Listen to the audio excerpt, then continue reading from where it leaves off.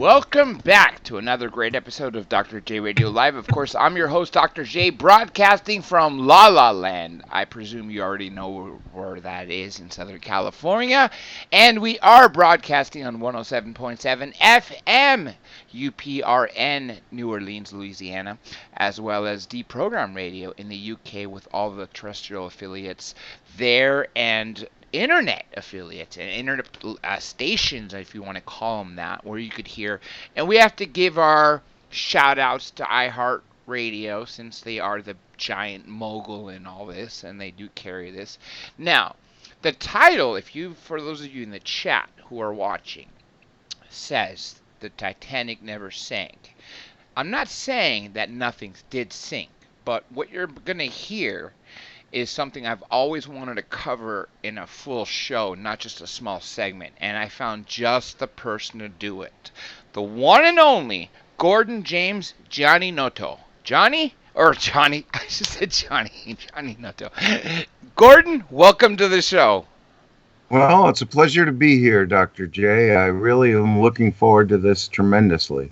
I've got a lot of exciting things to say, and they're going to blow a lot of people's minds, but I just want to start out by saying that on another show, I'd like to talk about the 400-year-old lie. Now, tonight I'm talking about a 100-year-old lie, but the 400-year-old lie is that gravity pulls and it doesn't push. So when you're ready for that show, let me know. I absolutely will. We already talked off air of other topics that you are very well versed in, as is your wife too. But today we're going to talk about the 107-year-old lie.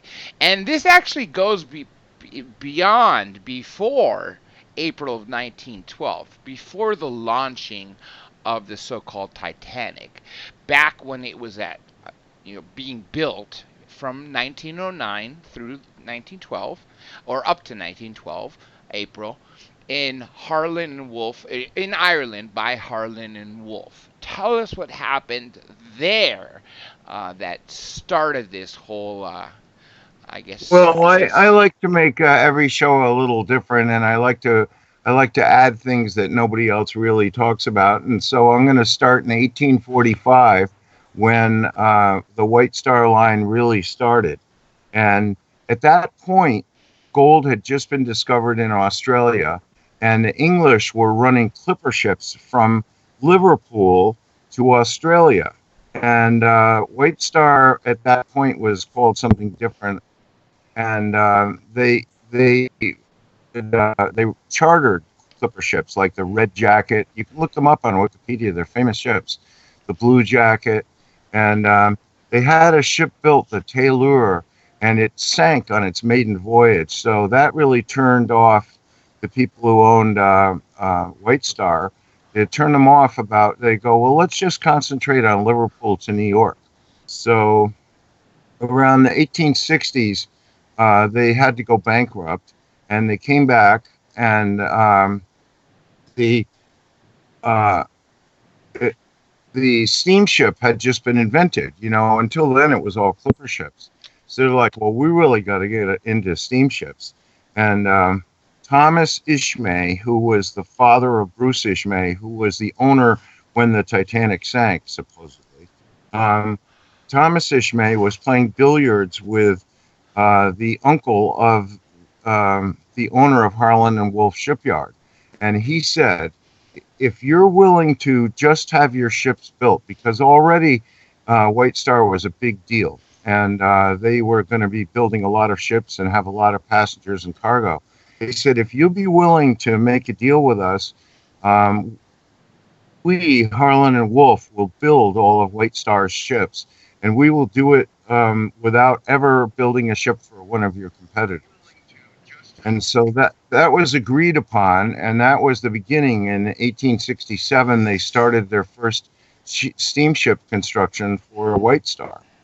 And their biggest ship was built around 1890, I think it was the Oceanic. And then by then, Cunard, which was their competitor, had built the Lusitania and the Mauretania. And those are big ships with 4 funnels. They looked powerful, and they were high speed, and they could make it in less time from Liverpool to New York.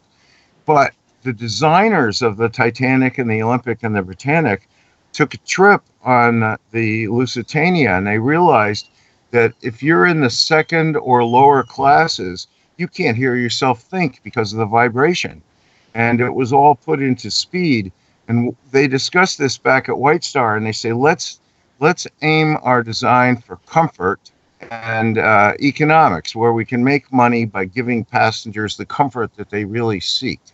So they weren't trying to beat the Lusitania or the Mauritania in speed. They wanted to outdo them with Luxury. class, luxury, right? Luxury. So around 1907, Bruce Ishmay was talking to J.P. Morgan, who owned the International Mercantile Company, which owned White Star.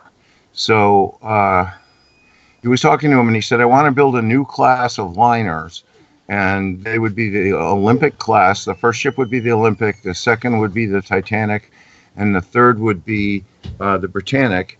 And, so Bruce Ishmay, J.P. Morgan said, yeah, go ahead. Let's see what you got here. So Bruce went to Harlan and Wolff, and this is in 1907. And in 1908, they came through with their blueprints and their sketches and stuff. And so Ishmay approved it. J.P. Morgan approved it. So construction was started. And the first ship was the Olympic.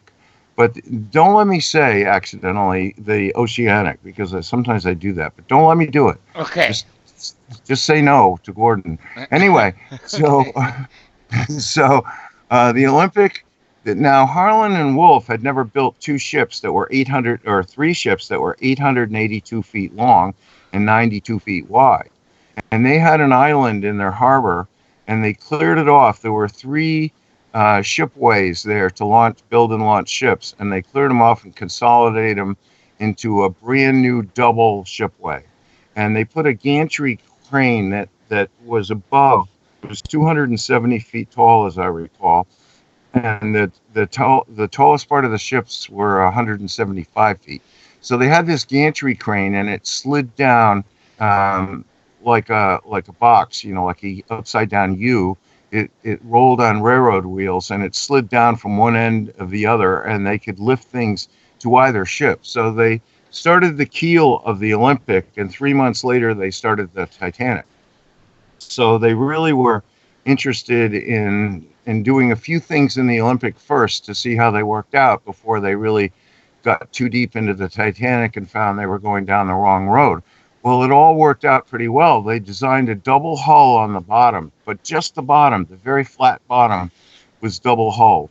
And then what they did was they put ribs up to a certain height, and then they launched the ships, and then they brought them back, and from then on they outfitted everything on the inside, the drive shafts, the engines, and the boilers, the coal bins, and then all the fittings, the decorations and the different floors and the cabins and things like that. So it turned out that everything went really well with the Olympic, so they just followed the same thing for the Titanic. So the Titanic was only 3 months behind the Olympic.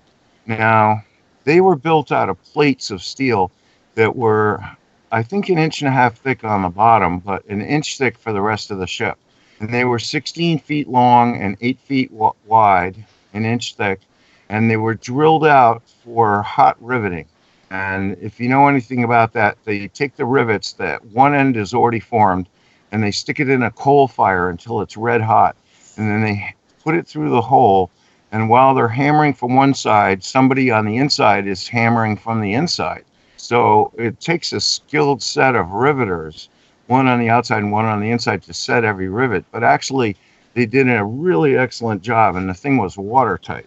This is without any glue or filler or anything.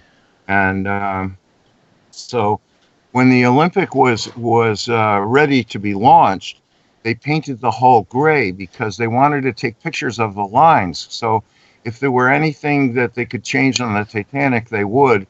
And if there was anything they needed to know before they built the Britannic, they would. But the lines showed that the ship was flawless. It was perfect. It looked beautiful.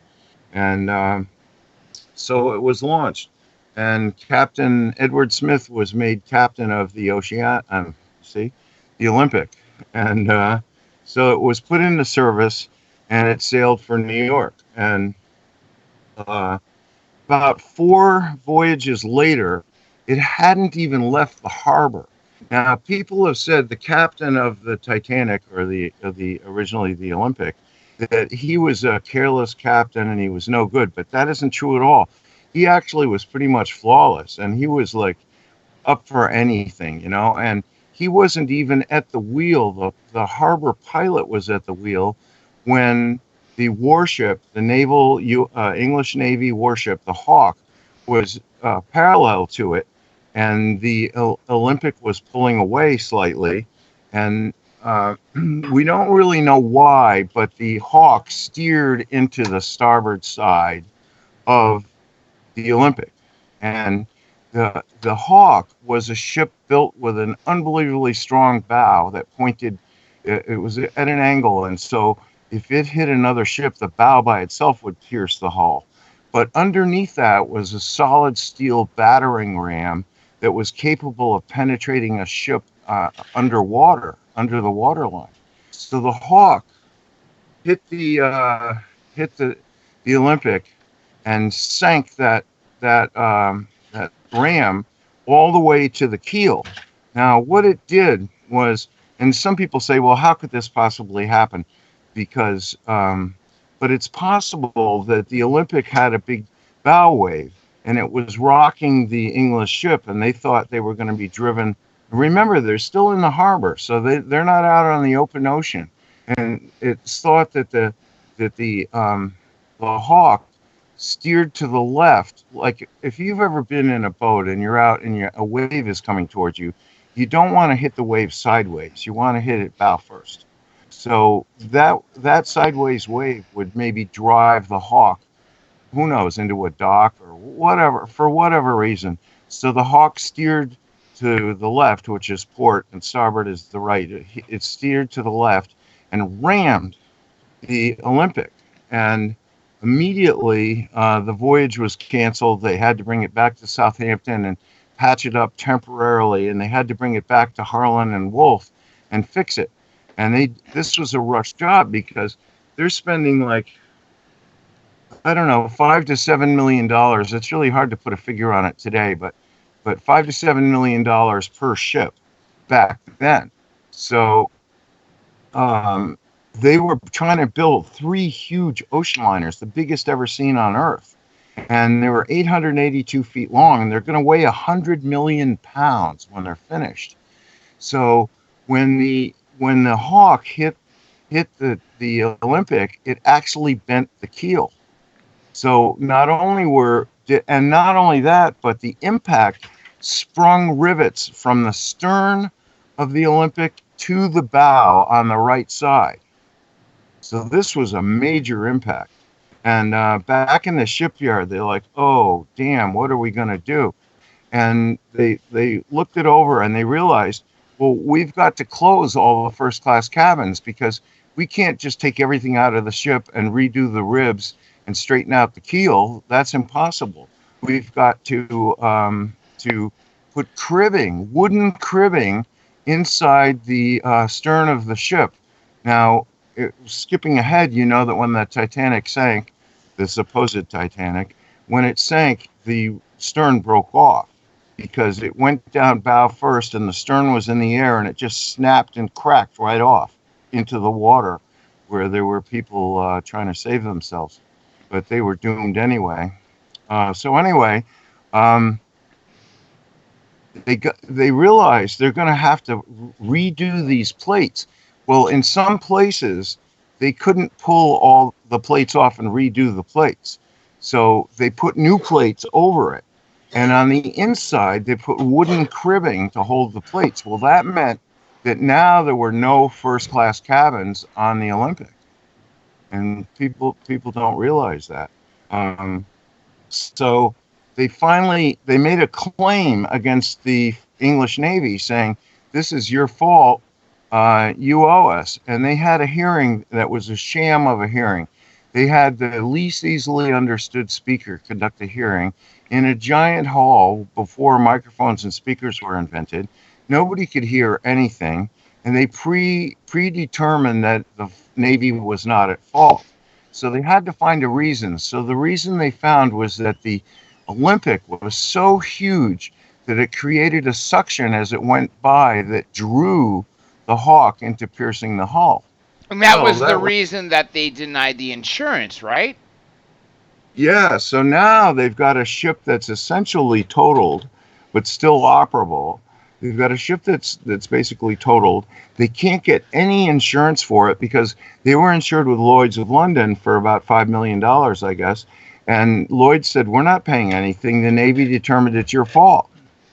So like, oh damn, what are we gonna do? You know, and they were like hurrying to finish the Titanic so they could get the Titanic on this route between Liverpool and New York. Actually, the route was from Liverpool to Southampton.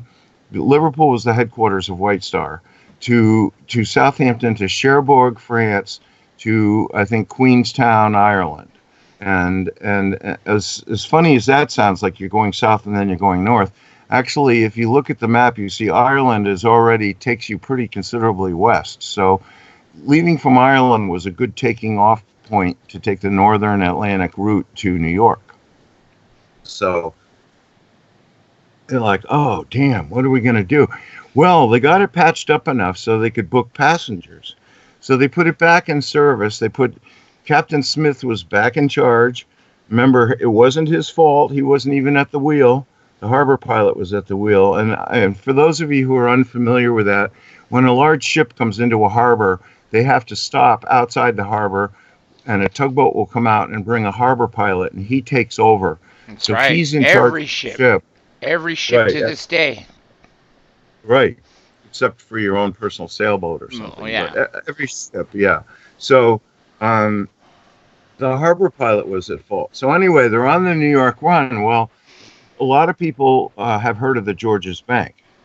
Now, the Georges Bank is out at the edge of the Gulf of Maine, between the Gulf of Maine and the Atlantic Ocean, and it's a place where the water becomes shallow. Now, you can't just go in a boat and look down and see the bottom, but in some places the bottom's only 20, 40, 60 feet down, which is unusual for Scuba, that you can get down there with scuba gear if you're experienced.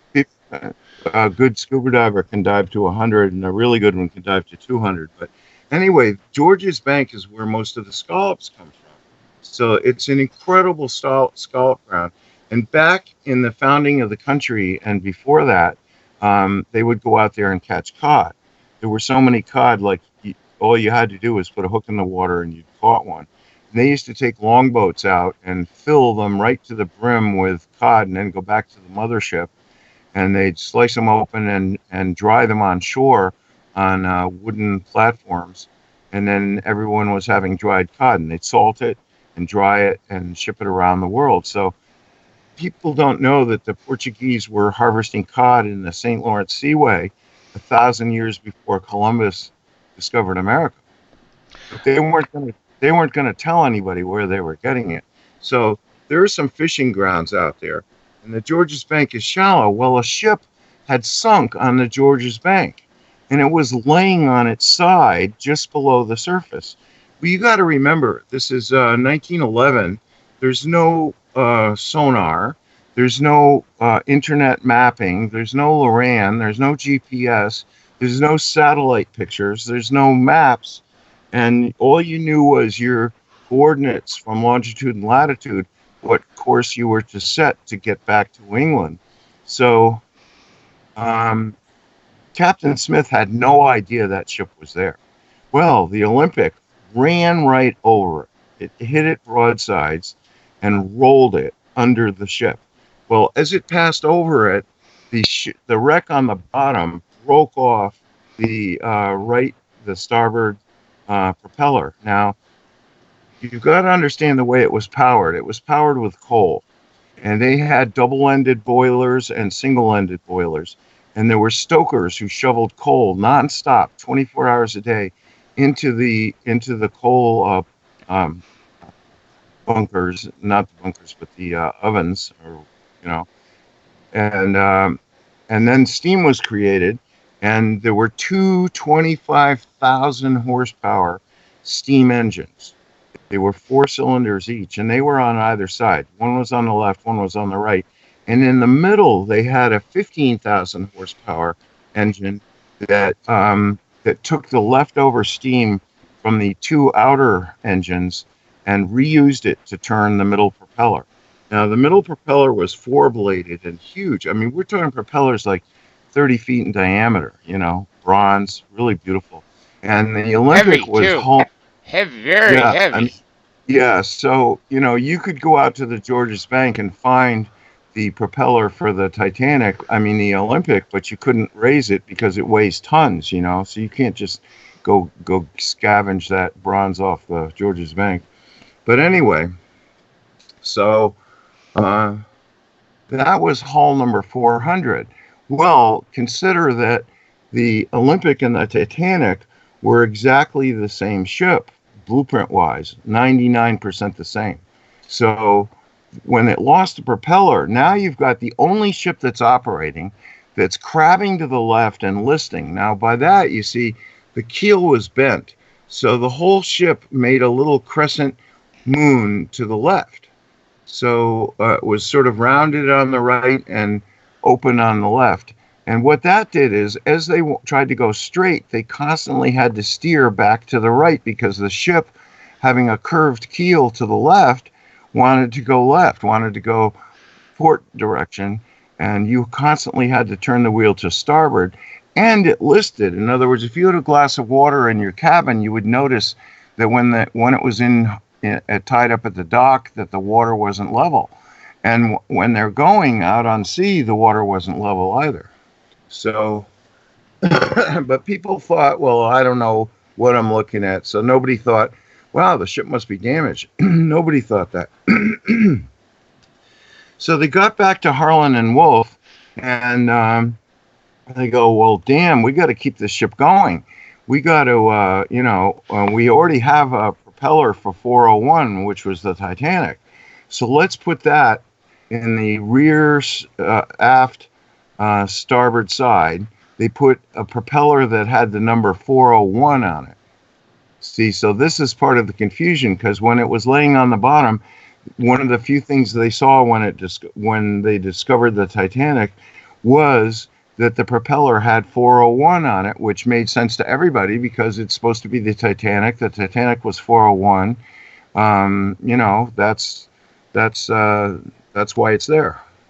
But you see, it didn't exclude the Olympic, because we know that the Titanic propeller numbered 401 was put on the Olympic, which was hull number 400. Now, the interesting thing about the Olympic, the Titanic, and the Britannic is, and this, a lot of people find this very meaningful, that they weren't christened. White Star did not believe in christening its ship. Interesting. And neither Really? did Harlan. No champagne christening? Right, none. Huh. So they get back to Harlan Wolff, they fix the propeller, and they're like, damn, now what are we going to do? And we didn't get the insurance claim, and they go, well, what we could do is switch the nameplates. Now, people think, well, you can't just switch the nameplates. Well, no, you couldn't just switch the nameplates.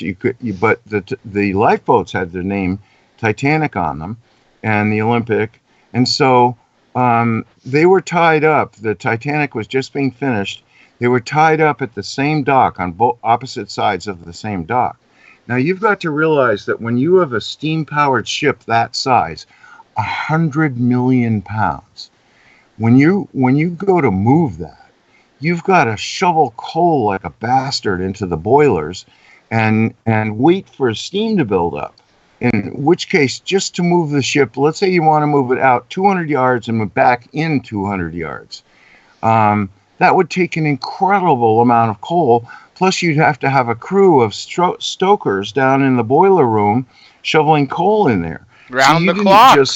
Round the clock shoveling coal. So you didn't just start up the ship and trade places. No, the ships were tied up next to each other on this dock at Harlan and Wolff, Well, you've got to realize the top of the ships was 175 feet from the ground. All 30,000 shipbuilders lived in brick houses in the town that Harlan and Wolff provided for them. So when they got a job at Harlan and Wolff, they also could move their wife and kids in and their family. And when they went home from work, they only had to go like, half a mile at the most, and they were home. So nobody, not one person saw the Titanic pull out and go into the Olympic dock, and the Olympic pull out and go to the Titanic dock. And why not? Because they didn't need to. The ships were virtually identical. So they decided, okay, what we're going to do is we're going to relabel the Olympic as the Titanic. And we're going to relabel the Titanic as the Olympic.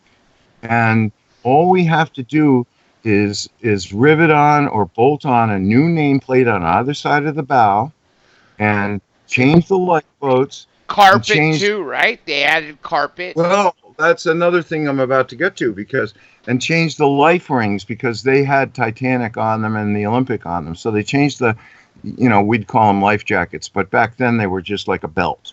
They weren't really a full body thing. Modern life jackets are designed to keep an unconscious person's head above the waves.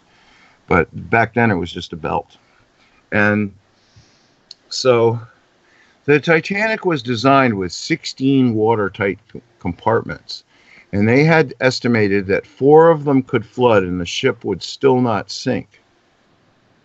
So they thought, well, this is the unsinkable ship. We've changed the nameplates. Now, everybody in town knew that the ships hadn't moved. They knew that. And when they said, okay, the Titanic's ready to sail, well, what Harlan and Wolff and Harlan Wolff changed the idea of the 2 ships. But, and also another thing is, they changed the idea and then they took it out for its test. They had the Board of Trade would certify that it's seaworthy.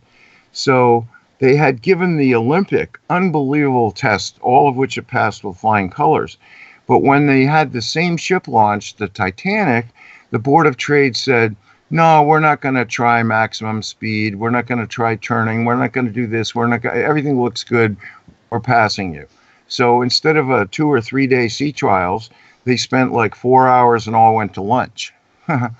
So that was the inspection, because they were sure, look, nobody builds a better ship than Harlan and Wolff. This is the same blueprint. Why are we even out here? Why aren't we having lunch? So it was certified. But the thing was that already was the old Olympic. And if they had really inspected it, it wouldn't possibly have passed their certification that it was seaworthy. But they didn't know that. They thought this is the brand new Titanic. Now, the Olympic had been used for 4 or 5 transatlantic passages. And the linoleum in those days got scuffed up. I mean, you couldn't help it. So now you've got a brand new ship that's going to go on its maiden voyage, and the linoleum's all scuffed up. So they're like, damn, what are we going to do? So they decide to put carpeting down over the linoleum. So that's one of the differences between the 2 ships, is that the old Olympic, being resold as the Titanic, had to put carpeting at the bottom of the main staircase so that people would not see the scuff marks on the linoleum. So they decided, okay, we don't want to kill all these people. We should take one of our other ships and sail it out to the ice field and have it wait there. And then when the Titanic starts sinking, because that was their goal, was to sink it. It wasn't to have it be injured and towed into port. It was to actually sink it, because the insurance on the Titanic was $12.5 million. So their only hope for salvation was to sink it and get $12.5 million, all the while keeping the perfectly good Titanic relabeled the Olympic to keep that in service. So you've got to realize there was a huge coal strike. Ships were not going across the Atlantic Ocean from England. Now, when you came to the United States, you could get all the coal you wanted. But in England, all the coal miners were on strike, so there was no coal, first of all. Second of all, there was a fire in coal bunker number 10 on the Titanic. But we know now that that was really the damaged Olympic. There was a fire in coal bunker 10, and they said, well, should we empty out the bunker, or what should we do? Well, the thing is that Captain Smith could order that they take the coal out of coal bunker 10 first, and that would keep it from becoming a worse problem, because that would be the first coal to be used in the boilers. So Captain Smith said, fill it. So they filled all coal bunkers. Now you got to realize that it cost them a fortune to get this coal, because there was no coal. Now, what that meant was no ships were sailing from England, which meant that there were thousands of seamen who didn't have jobs. There were people standing around everywhere looking for work. And they'd love to go on a ship, but the ships don't have any coal. So all the liners were not sailing either. I mean, it wasn't just the crew was out of work. The actual ships weren't sailing because you just couldn't get coal. And if you could get it, you wouldn't make any money on the trip. So why go? So White Star decided. Now, this had to be at the very top. Ishmay, the designer of the ship, Andrews, and the Captain Smith, and J.P. Morgan. Now, J.P. Morgan didn't actually own the Titanic or the Olympic or the Britannic, but he had the mortgage on all of White Star's ships. So if White Star went bankrupt, J.P. Morgan was going to take all the ships that he had a mortgage on, which was 29 of them. He was going to take them from White Star and base them in New York and use them however he wanted. So everyone knew that World War I was about to happen. And it did happen in 1914. In the summer of 1914, somebody assassinated Archduke Ferdinand, and that started World War I. So people could feel that. You know, you knew the Prussians and the Kaiser were up to no good, and everybody else was arguing with each other and not getting along. And there was a feeling that everyone had that World War I was about to start. And that, you know, and they eventually called that the Great War, and then during World War II they called it World War I. But they all knew that it probably would happen, so they really didn't want to lose get foreclosed on their mortgage. So they figured the best thing is to sail the Olympic out there, labeled as the Titanic, sink it, collect $12.5 million, and as it's going down, because don't forget it's got all these watertight compartments, as it's going down, they would have the California come alongside, and they didn't need that many lifeboats, because they would lower the lifeboats with people, row over to the California, get unloaded on the California, and the lifeboats would be sent back to get the rest of the passengers. So also you've got to know that at this time, in 1911, 1912, Marconi wireless had just been invented. And most of the big ships had a wireless operator, but the different ships had different radio systems. First of all, there was only one frequency, and when everybody was telegraphing a Morse code message, they all got mixed together. So if an operator is trying to listen to a message, he might be hearing 3 or 4 teletype operators simultaneously, but they didn't know how to fix that. And Marconi had a patent on all these ships' radios, and some of the ships' radios could actually talk across the Atlantic, but only a few of them. Actually, some of them could only send a message a couple hundred miles.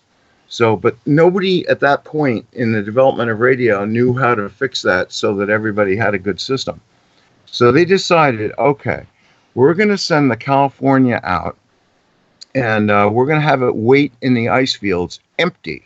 Now, you've got to understand, from an impartial observer from the outside looking at this would say, what in the hell was they send the California for? First of all, the coal for that would have cost like an arm and a leg. You know, where did they get the coal to fuel up the California and send it empty? But the thing is it wasn't empty. Now, it's a little bit of a disagreement over what was on it, but it's a disagreement between sweaters and blankets. They say there were 700 blankets and 3,000 sweaters, but there might have been 3,000 blankets. But Anyway, isn't it funny that 4 days before the Titanic left, the California left to go to the ice fields and wait with all these wool sweaters and all these wool blankets on board, doing nothing. Just Now, sitting there. That's right, with a certain color of rockets. well, that was another thing. You see, the the everyone had silver rockets, but they wanted to make sure that the California that the Titanic was spotted. So different colored rockets had just become available, and they were purchased for the maiden voyage of the Titanic, and they were red, white, and blue.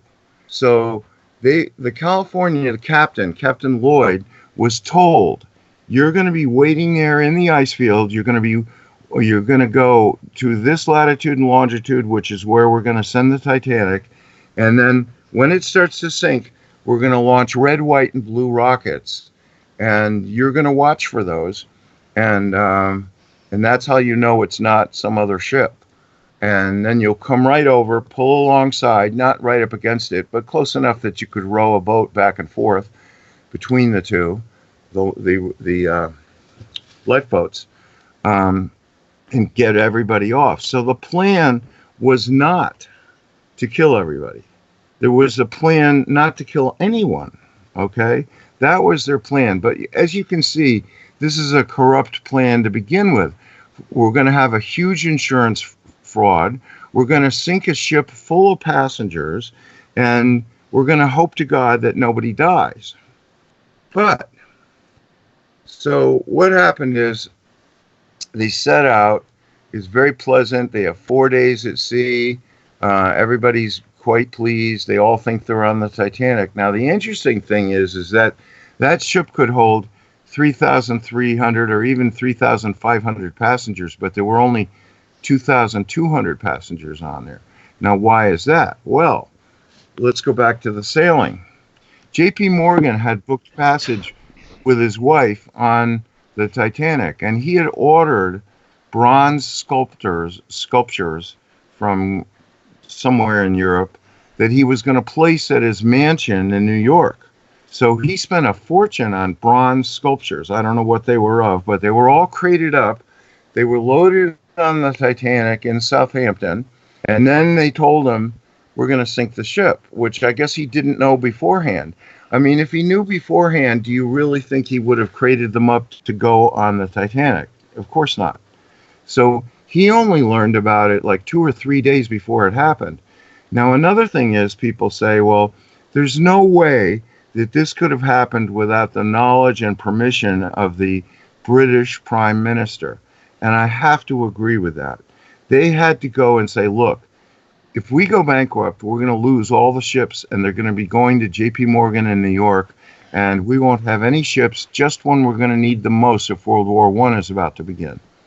And the Prime Minister thought it over and decided that if they could pull it off and nobody would go back to him about it, that he was fine with it. So now we don't have paper evidence that proves that, but it most certainly makes sense that they could have convinced him with the fact that White Star, all of their ships would be going to New York if they didn't sink the Titanic for the huge insurance payoff. And I don't know if the Prime Minister wanted to know what they were going to do with the passengers or not. I have no idea. But there were 9 decks, and the bottom deck is where the crew was. Then there were the steerage passengers. Then second class was the B deck, and first class was the A deck. Except guess what? This was the damaged Oceanic, and they didn't take any first class passengers. A lot of people had been waiting to go back to New York to be there to vote against the Federal Reserve Act, well, for or against the Federal Reserve Act. And they couldn't get out of England. You know, there was no air travel, there were no trains, there's nothing else except ships, and there's a coal strike. So people were really anxious to go on the first ship going, which happened to be the maiden voyage of the Titanic. So when they told J.P. Morgan, he told about 50 of his friends, and they all canceled their bookings. supposedly for illness, right? And yet they were seen Well, vacationing. J.P. Morgan said that he suddenly took ill and he couldn't make the trip. Excuse me. But he was spotted by the New York Times, of all people, 2 days later on the French Riviera with his mistress, and she was fine. And his wife had gone off to Normandy, and she was fine. So neither of them was sick. But J.P. Morgan did not tell the Strauss or Guggenheim or Astor families that the ship was planned to be sunk. And, they were very wealthy and very powerful, and they were against J.P. Morgan becoming any more wealthy than he already was.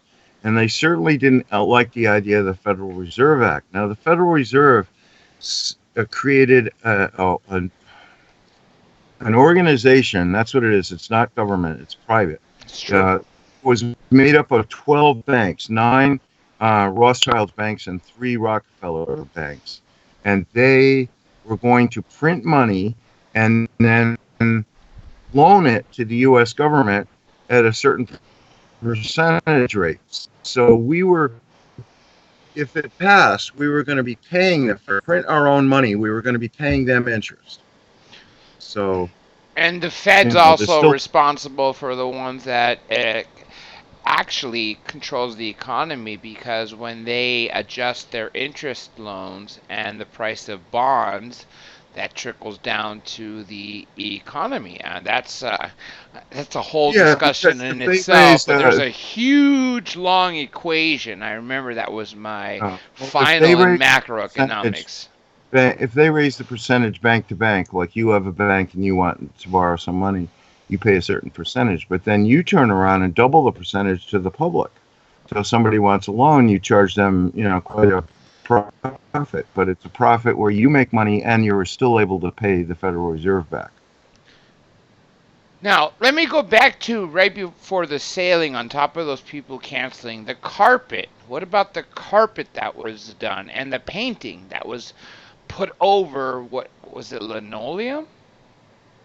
No, the linoleum was covered by the highest quality carpet that money could buy at that time. It was called the Axminster carpet, and it was put down on top of the linoleum. And there was no paint, but wherever there were scuff marks or anything like that, there was retouching done, so the ship smelled and looked brand new.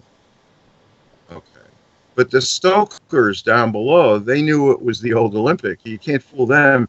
You can't say this is a new boiler and you're shoveling coal into it for the first time when it looked like it had already been on 12,000 miles worth of sailing with boilers. So anyway, when they decided to take the ship from Harlan and Wolff, they needed a crew to take it down to Liverpool and then Southampton, and possibly take the same crew across the Atlantic. But when they got to Liverpool, everybody quit. So they had a few people who could sail it to Southampton. So when they got to Southampton, they tried to hire crew for the ship. And the rumor was the ships have been sunk.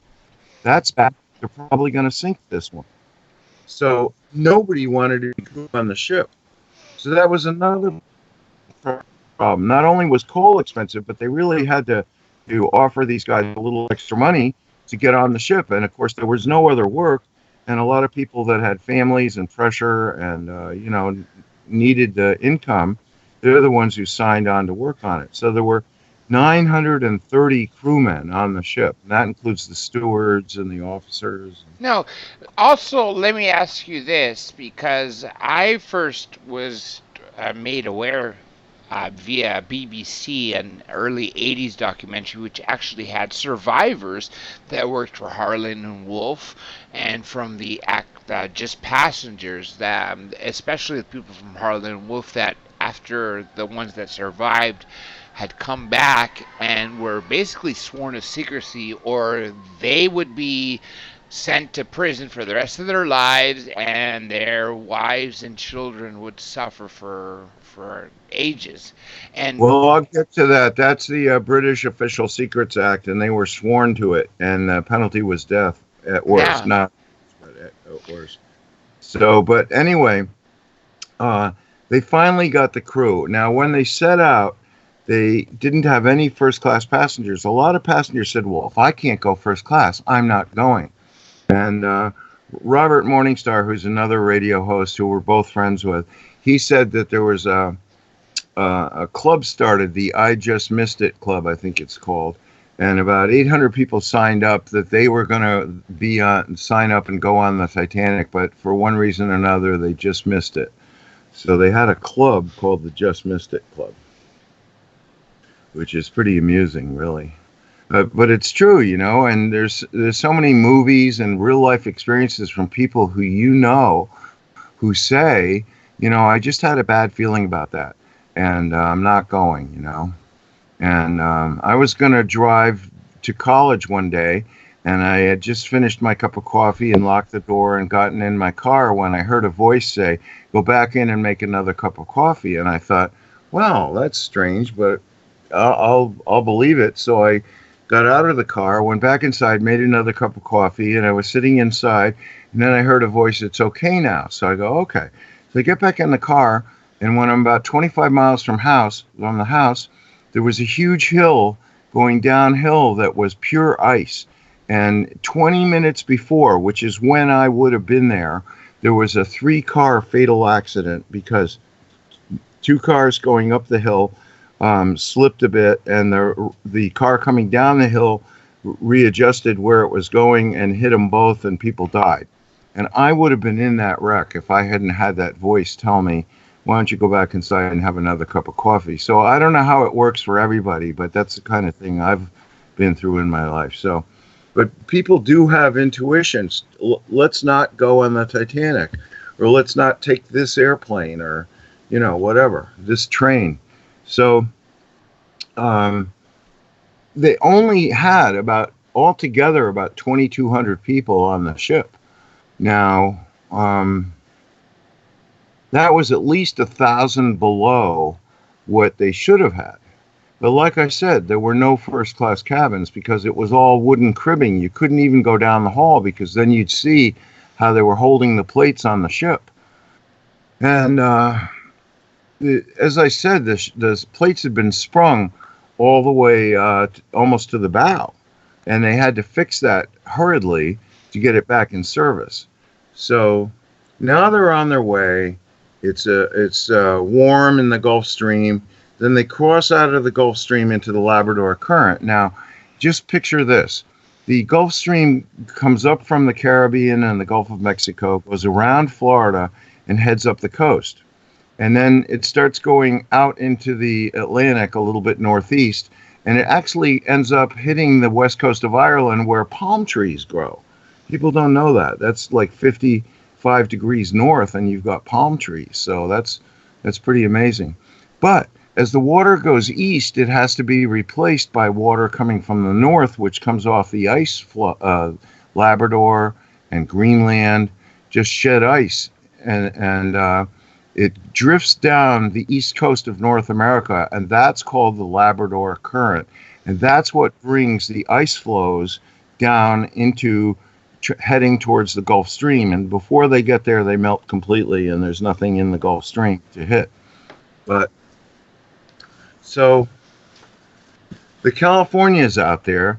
The weather is warm because the Gulf is warm, and then they start crossing over into the Labrador Current. Now, the Labrador Current, you got to realize, normal water freezes at 32 degrees, but the ocean, salt water, only freezes at 28 or lower, and the ocean there was 28 degrees. Well, in 28 degrees, if you're in it, you have probably at the most a minute or 2 minutes, and then you freeze to death. The hypothermia just drains every drop of heat. Your heart stops, and that's it. You drown. So it was extremely cold. But what was interesting on that night, the night of Sunday, April 14th, was the calmest night in the North Atlantic in the ice fields for decades. Nobody had seen anything like it. The surface of the ocean was like glass. Now, it was starlit, and there were no clouds. The stars were out in force. You could see an unbelievable panorama of stars overhead. And that was enough light to make the icebergs glow white. Now, many different captains testified that they could usually see an iceberg 6 miles away. Sometimes they could see it 12 miles away. Now, you've got to understand that the Earth is curved. And even though the water looks flat, if you're standing on a beach and you watch a ship sail from you, when it gets 12 miles out, it's over the horizon. You can't see it anymore. So being on the bridge, like 125 feet above the ocean, you've got quite a view ahead for many miles. And even though it was pitch dark, there was no moon, the stars were so bright and the icebergs were so white that people could see them. They all said, we didn't see any reason for slowing down because we could see the icebergs and we just steer around them. So there was no international iceberg reporting agency. Nowadays, they keep track of where every iceberg is. They report on it. There's maps. You could go on the internet and see the latest map done just 10 minutes earlier, showing where all the icebergs are. But none of that existed. Nobody ever thought that. And so it's clear that with that kind of visibility, that they easily could have steered into an iceberg. And that was their goal. Now, people said, well, there was a fire in coal bin number 10, and when they hit the iceberg, water could have leaked in and caused coal bin 10 to explode. Now, when you look at the ship on the bottom, you do see the metal plates are pushed outward right there where coal bin 10 is. But it's said that the reason why is because when the ship broke in half, which was 2/3 up forward and the 1/3 of the stern, that when it broke in half, that it hit nose first into the bottom. Well, the bottom's not just soft mud. It is some silt, but below that's hard ground. And it hit, and the impact was such that it broke the ship open at that point. So we don't know whether there actually was an explosion of coal bunker 10, but nobody reported an explosion. So we have to assume that they used that coal first. The fire was out, everything was going fine, and so they were radioing their position using their Marconi wireless. But for some reason, God knows why, they were up to, it's debatable, but up to 19 miles further away from where they said they were. So the California is sitting there with their wireless operator, and they're listening for any messages, and they don't get any. Now, the Titanic hit the iceberg roughly around 11:30, and they didn't call for help, send out an SOS, which had just been invented. People said, well, if there's a Mayday situation, you send out an SOS. So, it's not clear that everybody that was a wireless operator was familiar with that, this new word in Morse code. So, the California is sitting there. It doesn't see anything. And all of a sudden, the wireless operator on the California, now get this, there was only one wireless operator. And at midnight, he said to the captain, Captain Lloyd, I'm really tired. I can't take another message or send another message. I'm going to bed. And nothing had happened by midnight, and it was supposed to happen before midnight. So Captain Lloyd said, okay, go to bed. So now you've got the California sitting there out of view of the Titanic, and you've got no wireless operator. Meanwhile, on the Titanic, all the rich people were sending telegrams to their families in New York saying, we're going to be there tomorrow, meet us at the dock, just chit-chat. And they were so happy being rich that they could do that, send these telegrams. So the wireless operator was immersed in all these personal messages from rich people, coming and going from New York to the Titanic, which was really the Olympic. So he got some notices about the ice field, and he sent one of them to the captain, but that was pretty much it. But it really didn't matter because they knew they were sailing towards the ice field. They knew that the Californian would be there to come alongside and rescue everybody and that no one would die. So they really weren't worried about it. So they just aimed for the iceberg and hit it. Now, at that point, the captain ordered the ship hard to port. And that means turn left. Now, if you think about it, if you see a post in the middle of the road and you're driving and the road is slippery and you suddenly go hard to left, your car is going to turn sideways and that post is going to T-bone you. Can you picture that? Yeah, absolutely. I almost don't want to for personal reasons. So as they get to the iceberg and the bow hits it and scrapes along the side of the ship, it starts springing the plates. Now, the plates had already been sprung by the impact with the Hawk, and so they weren't in the original condition of being the way they should. And by steering hard to port, that brought everything forward of the bow right up even harder against the iceberg. In other words, if they had just hit it and continued on going straight, then it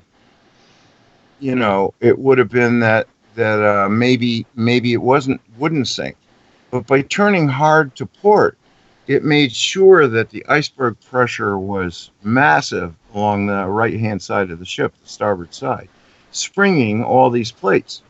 Well, the captain said full reverse, hard to port, which that only made it worse.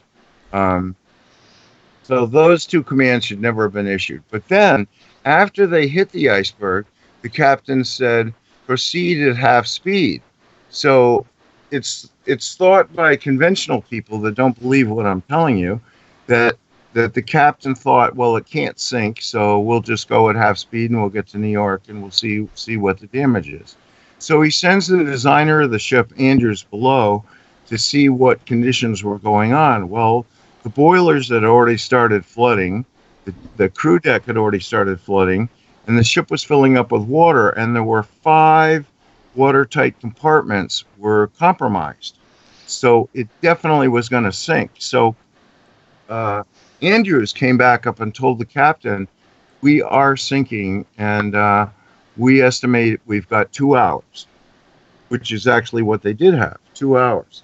So the captain sent a message to the wireless, send out an SOS and launch rockets. Well, they started launching red and blue and white rockets. And people said, well, they couldn't have done that because no ship had red, white, and blue rockets. But they had just become commercially available, and White Star had bought a whole mess of them for the Titanic, saying that's going to be the sign that it's the Titanic. If you see red and blue rockets, then you're going to know it's the Titanic. But if you see white rockets by themselves, it's not the Titanic. Well, there's a complicating feature going on here that I haven't mentioned and most people didn't know about. Back in 1912, there was illegal sealing going on. Now, you know that people club the seals and kill them, and then they weren't looking for the meat. They were looking for the seal skins for coats and hats. Skin coats and hats were really big back then. And the international governments had decided that the sealing had to stop. And so there was an international treaty banning killing seals. But the seals loved to climb up on the icebergs and travel south with the icebergs.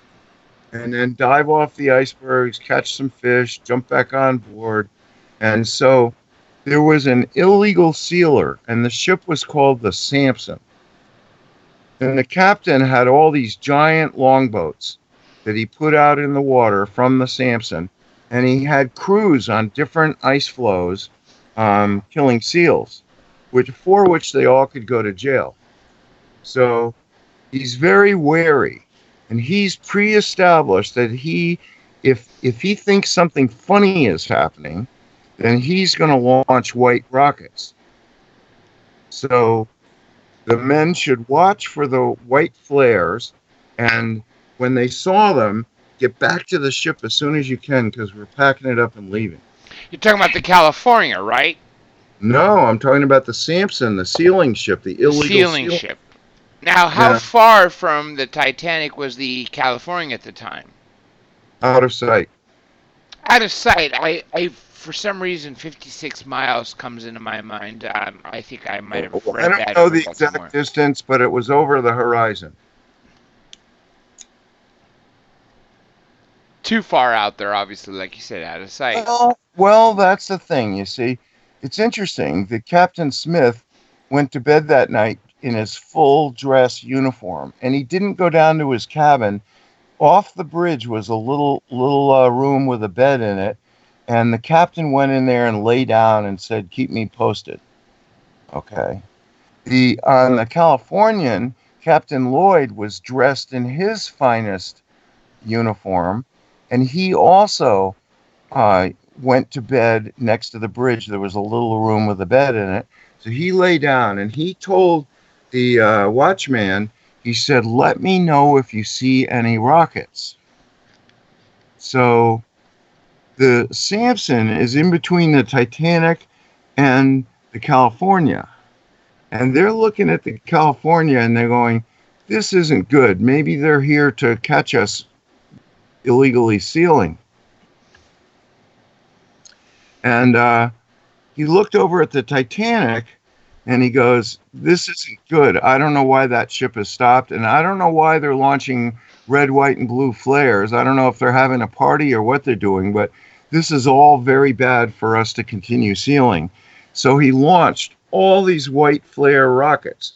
So the watchman went into the California, knocked on the captain's door, and the captain was just laying there wide awake. And he goes, "Did you see something?" And he goes, "Yes, I saw flares." And he goes, "What color are they?"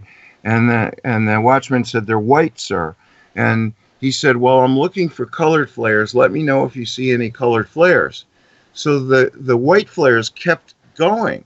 And it was inexplicable. They didn't know there were an illegal sealers and that their signal was white flares. So he knocked on the captain's door again on the California and he said, "There's still a lot of flares, sir." And he goes, "Well, what color are they?" And he said, "They're white." And he goes, "Well, just keep looking for colored ones." Meanwhile, the only one that saw the colored flares was the Samson. By now, they've packed up everybody. They brought all the boats back on board, the seal skins, and they book it. They leave. They're like, "Hey, if we get out of here without getting arrested, everything's going to be going great for us." And they did. Meanwhile, the only ship that heard the message was the oh God, what's the name of it? Carpathia? Carpathia. Yeah, the Carpathia. So the Carpathia was 4 hours away, and it figured out where the Titanic was, or the Oceanic that was sinking, where it was, and they headed for it. But they were going to arrive there in 4 hours. Well, in 2 hours, and they didn't reach them. That was one of the last messages sent from the wireless room, was that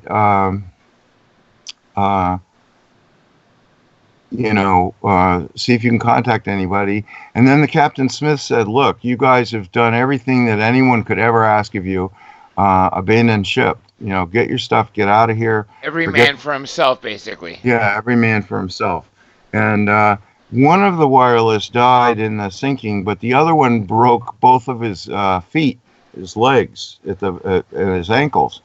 And he actually was taken aboard the Carpathia, and he operated their wireless nonstop until they got to New York. So he was like going to do whatever he could to help, that kind of a guy. So meanwhile, the California is like, wow, we don't see any colored flares. Our wireless guy has gone to bed. We might as well just call it a night. So they didn't wake up till 6 a.m. But sometime before that, the Carpathia had reached the scene, and there were some people in some lifeboats, and they saved 700 people, and 1,500 went down with the Titanic. Well, also, what about all those bodies that were just floating, dead from hypothermia? Right. Well, that's the thing is they rescued 700 live people, and there were bodies floating everywhere. A lot of the people went down with the ship because they were trapped in the crew deck or the steerage deck, and they didn't have any chance. Like a lot of the steerage passengers tried to pack their way up the staircases, but the crew had guns and said women and children only. So there was a very famous woman that did survive. She was from steerage, and they let her get on a lifeboat. But they only filled most of the lifeboats about halfway. They thought when they started doing that and launching them that, oh, the California's going to be here any minute, where they can unload those people and come back for the rest. But the California never showed up. So then they realized, oh, we're doomed. So here's a corrupt plan to commit a crime that turns into a nightmare with 1,500 dead. Now, it also going some famous images that I've seen. Two things I was going to say. The conspiracy goes all the way up to the throne of the United Kingdom, of the throne of England. Well, the prime minister, yeah, not necessarily the king at all. And the second thing is those famous images comparing the Olympic and the Titanic, and you see, I believe, what they are, the portholes have an arch-shaped design versus. The bridge on one was curved, the bridge on the other was straight. There were different series of portholes, and there's lots of pictures. But you've got to understand that you can't learn anything from the pictures. You can try all day. I could give you the next month and say, I want you to do nothing else than 12 hours a day to find me pictures of the Olympic and pictures of the Titanic. And you will get so confused that you won't know which end is up. Because when the Titanic left, it was the Olympic. There's one picture that was taken when the Titanic left on its maiden voyage that shows the plates from the damage that the warship Hawk did. So the light, the angle and the light, the sunlight is just right. And you can see that there's extra plates added onto the side of the ship, which should never have been true of the Titanic. Another thing is people routinely didn't know what they were looking at anyway. So they would take pictures of the Oceanic in New York and then say, well, they wouldn't say that's the Titanic, but they would say that's the Titanic in England. But it was the Oceanic in New York, and actually the photographers retouched the name on the tugboats to eliminate the New York address, because it was a tugboat it said New York, New York. So there was all kinds of things going on with this, and it's really hard to say without having that list and being on the bottom and looking at it. But I can tell you, and as you will see as this story develops, it is the Olympic on the bottom, not the Titanic. Now, what's interesting is to follow the conventional story that everyone was told. The Olympic had been damaged, but it was put back in service, and it went to New York, and it came back. Well, actually, that was the maiden voyage of the Titanic. So before the Titanic, quote unquote, left on its maiden voyage, the Olympic had been repaired enough that it could resume the New York service. So it had gone to New York and actually unloaded passengers, took on more passengers, was heading back to Liverpool and Southampton when the word that the Titanic sank came. But that itself was the real maiden voyage of the real Titanic. You see? But it's almost impossible. I mean, I'm really serious. It's so easy. You can look in Wikipedia, you can see Titanic, you can look in Wikipedia, say Oceanic, you can look up Harlan Wolff, you can look up all this stuff, and you can see tons of pictures. But as to what you're really seeing, you just don't know. Now, the ship had been designed to have 3 funnels, but the Cunard liners, the Lusitania and the Mauretania, had 4 funnels. So Ishmael and Andrews were thinking, well, the White Star ships won't look as powerful, so let's put a 4th funnel on the back of the ship. So that's what they did. But So it was useless. It was just there for it was they designed it in as ventilation for the kitchen and deck chair storage. but that's it. Clearly, it wasn't there to release steam from the No, boilers. no, it just was just to make the ship look as powerful as the Cunard ships. Now, let's keep letting the story unfold before I let you take on some of the questions in the chat. Yeah, yeah. So, um, this is a really this story's building here, sort of, because can you imagine being Captain Lloyd and waking up and discovering that the Titanic had already sunk and the Carpathia had already rescued, and your whole purpose for being there with your 3,000 wool sweaters and your 700 blankets and an empty ship that had sailed at great cost to go only as far as the ice fields. Now you learn that morning that you failed utterly, and in a sense, your failure has been the cost of 1,500 lives. I mean, how would you feel about that? Well, to some people like the J.P. Morgans, I don't think they really even cared that much. Well, I'm sure they did care because they did. But see, J.P. Morgan didn't arrange it. Who arranged it was Ishmay and Andrews and Captain Smith, and with the permission of the British Prime Minister, undoubtedly. And they had it all worked out. We're going to sink it, but don't worry. The California's going to come alongside. We're going to rescue everybody. It's going to be fine.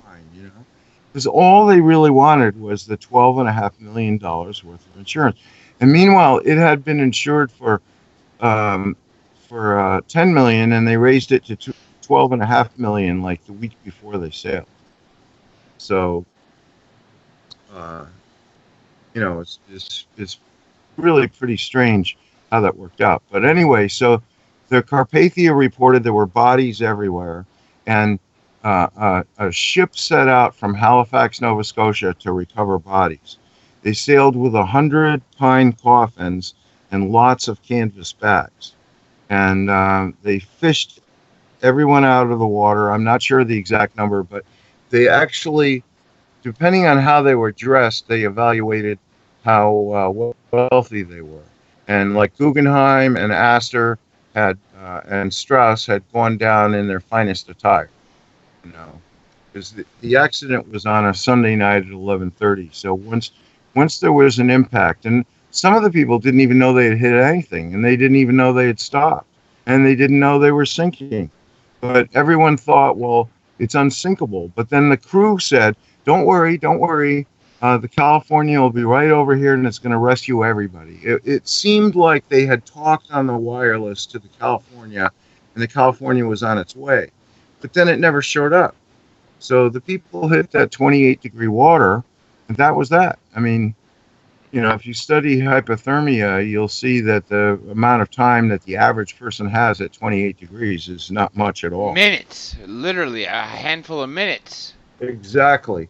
So they came out and they fished all these bodies out. They put 3 bodies per coffin, and then they had bodies stacked in canvas bags on the ship. And some of them looked like really poor people, and they just put them in the canvas bag and threw them back overboard. So here's a question I'm gonna ask. This is coming from the Cousins Brothers, Third Phase and one of the world's largest UFO YouTube channels. Whatever happened to the captain of the California? he was just he lived the rest of his life in shame. So they did not convict him of anything because they never asked the question at the inquiry. So let me continue now. So they get the bodies to Halifax. They recognize that some of them are really wealthy, like they recognized John Jacob Astor because he had $4,000. He was dressed in a tuxedo and he had $4,000 in his pocket. And his family came up from New York and recovered the body. But Strauss owned Macy's, and he died. Guggenheim was a miner who had made millions. He was worth probably 80 million, and he died. And his daughters divided up the 80 million. There were four daughters, and one of them is the one that started the Guggenheim Art Museum in New York City. That was in memory of her father. But anyway, they get back to New York. Now, as soon as they land... Well, even before they landed, didn't 3 days before they get to New York, weren't papers, their newspapers being issued that all survivors were okay, almost as if they Yeah, were that told? was... they mixed up different messages about different things, but there was a ship being towed, and people thought that was the Titanic was being towed back to Halifax, and because that was the closest port. They would be, but they got it mixed up. So the New York Times printed that the ship sank. Then it printed that no, the ship's being towed. It's most people or everybody survived, but it was a Wanamaker's, which probably most people, especially young ones, have never heard of Wanamaker's. Wanamaker's was as big of a store in New York as Macy's.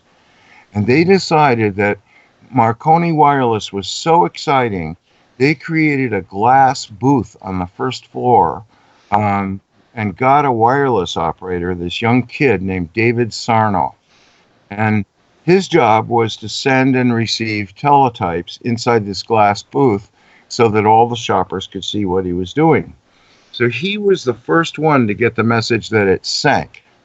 And he contacted the New York Times, and they printed it that finally that the ship was lost, and the Carpathia had some survivors, and they were bringing them back to New York. Well, the Carpathia's wireless only transmitted 400 miles. So President Taft, now remember, he was replaced by President Wilson, who was the president when the Federal Reserve and the IRS Acts passed. But President Taft got so upset at that news that the Carpathia's radio only went 400 miles, he immediately dispatched two naval ships, one to be near the Carpathia and the other to be in between that ship and New York so they could relay messages nonstop. And he said, we have to do something. Well, as a result of this sinking, every ship was required to have a long-distance wireless, no short distance, long distance. So they had to have the best, newest Marconi radio available. And they had to have a wireless operator on duty 24 hours a day.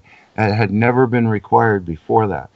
And as a result of the British inquiry, they were all required to have lifeboats for everybody, because they only had like 16 regular lifeboats and 4 collapsible cork lifeboats, which were useless and were found drifting around, but never added up to anything, because they were just lowering them half full. They thought, well, and people would jump overboard into the water and be screaming for help, help, help. Only one lifeboat went back and actually picked somebody or a couple of people up out of the water. Only one lifeboat. The others thought, well, and they were told, because each one had a crewman on there, they were told you can't be near a sinking ship because the suction will pull you down. So we've got to paddle over here and get away from it. And even though they heard the screams of the dying, they did not go back to pick up anybody. So how would you like to live with that for the rest of your life? You could have rescued people, but you didn't.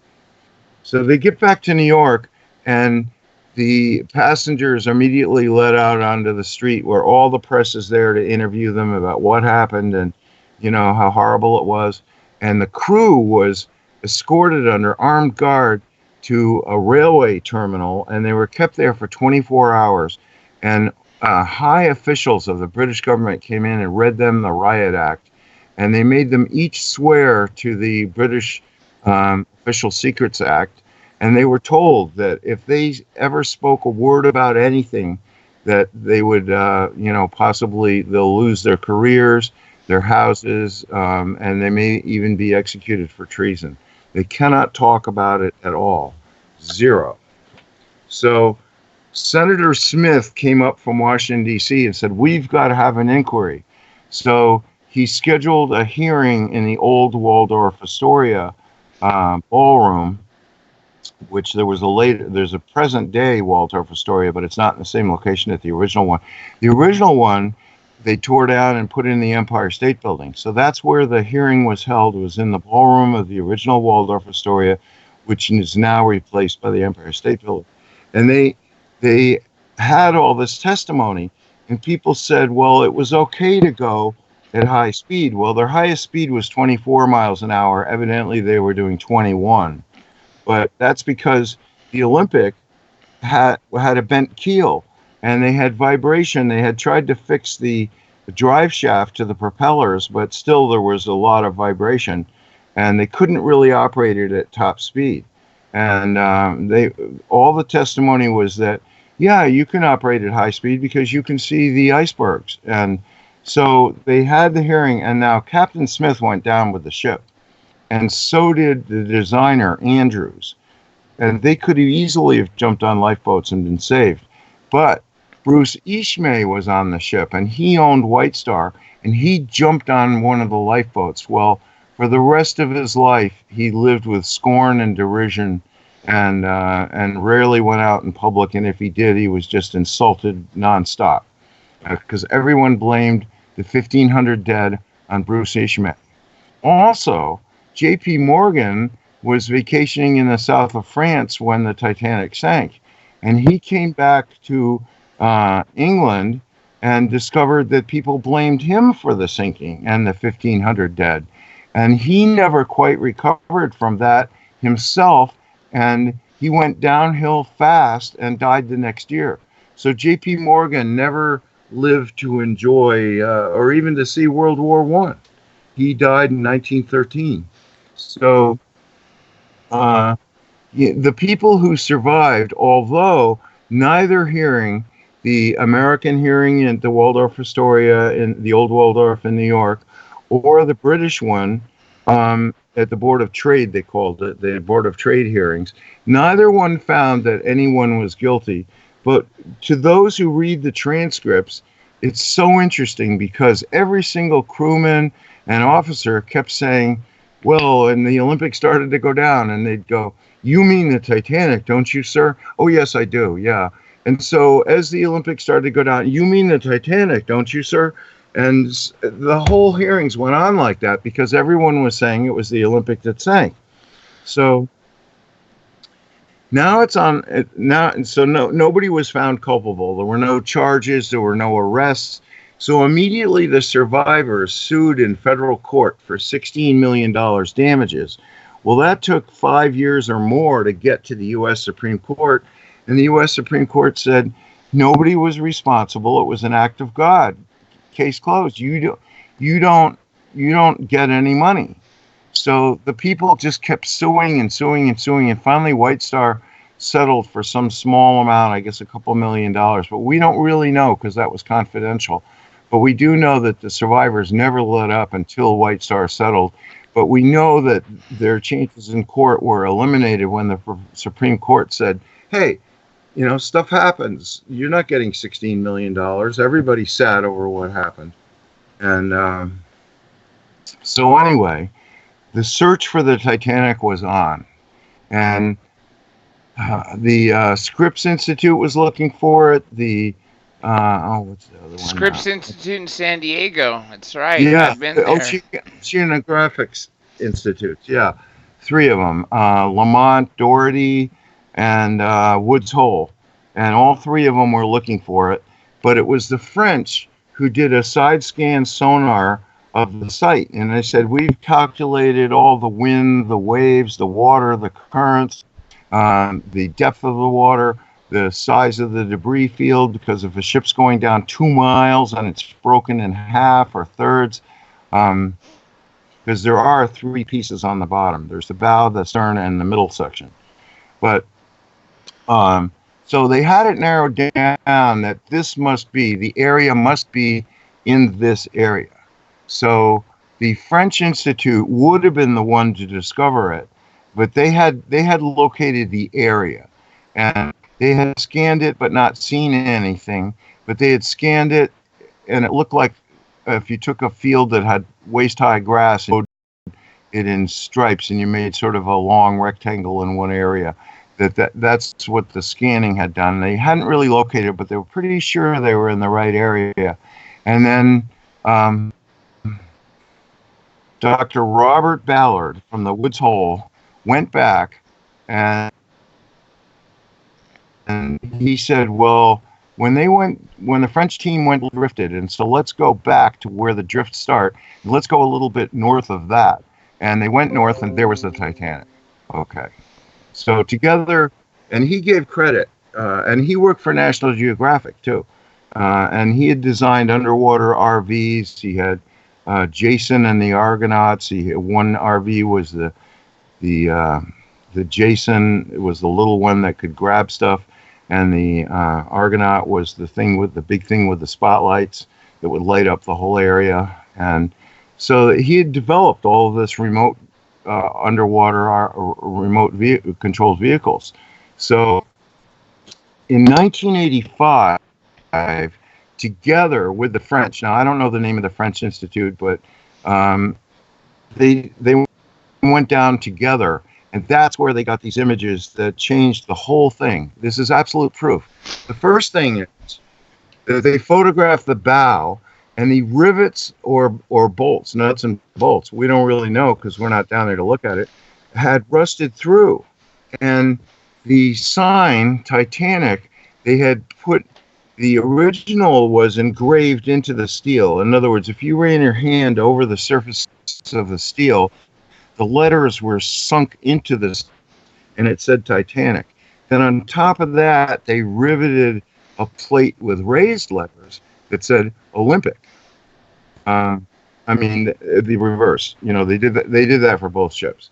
So the one on the bottom says Titanic, but the bolts rusted through, and the ANT is hanging at a strange angle, exposing what's underneath. And plainly, in the 1985 Bill Ballard videotape, you can see the letters OMP.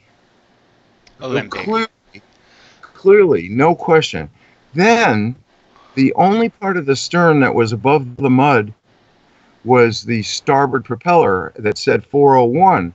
Well, that conclusively proves that's the Titanic propeller, but also it might mean, if you believe the conventional story, it might mean that was the Titanic, but it also means that it could have been the Olympic, because the Olympic had the Titanic propeller on the right rear side.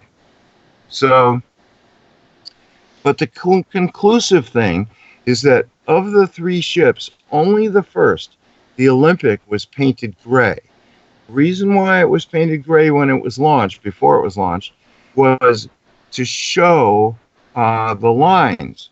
Because if they photographed it with, this is 1912, right, 1911. If they photographed it with a black and white camera, which is all they had, black wouldn't show the lines. So Andrews required that it painted gray so they could get pictures from every angle showing the lines of the ship. And they were thinking, well, if the lines aren't good, we may have to change the Titanic, although it's probably too late for that. But we can change the Britannic because we haven't started it yet. So when they took the gray pictures and they reviewed them all, they go, the lines are beautiful. There's nothing that needs to be changed. And then they ordered it painted black because the White Star ships, their hulls were painted black. So you've got to realize the real Titanic never was painted gray at all. It was black primer and black top coat. And here's a ship sitting on the bottom in the North Atlantic where the rust is peeling away the black paint.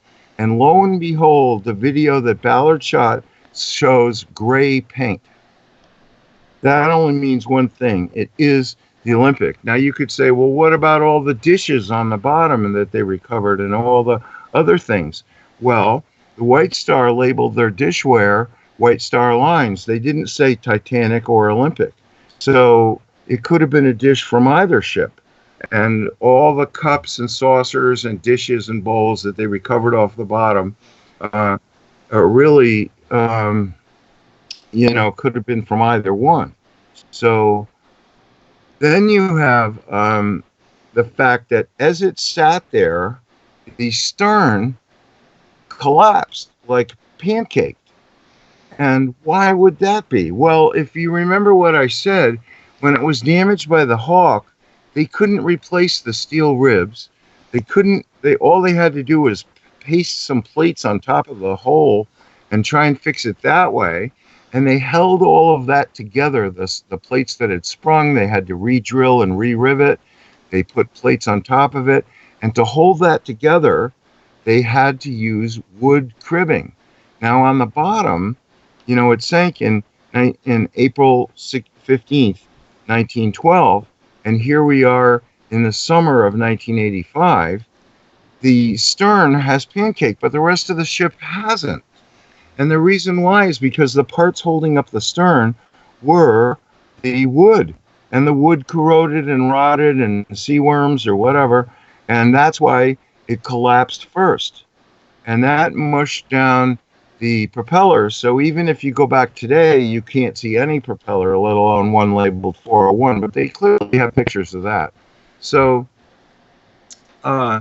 meanwhile, remember I said that the actual Titanic, which was undamaged and was a brand new ship, but relabeled as the Olympic, had sailed on its regular service to New York. So that was the actual voyage of the real Titanic. And it was told, don't bother meeting the Carpathia. The Carpathia is going back to New York. Just continue on to Liverpool. So the real Titanic actually made its first complete trip just before the Titanic sank.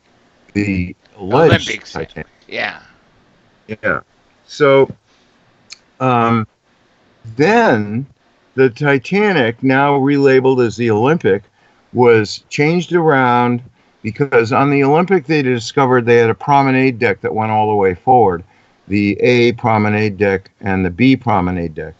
And they discovered that on the trip, I've crossed the Atlantic over to England and back on an ocean liner. So I know what it's like. And that was in May, not April, but that's close enough. And it was not warm outside. It was like if you went outside, you better be ready for a lot of wind, better be wearing a coat.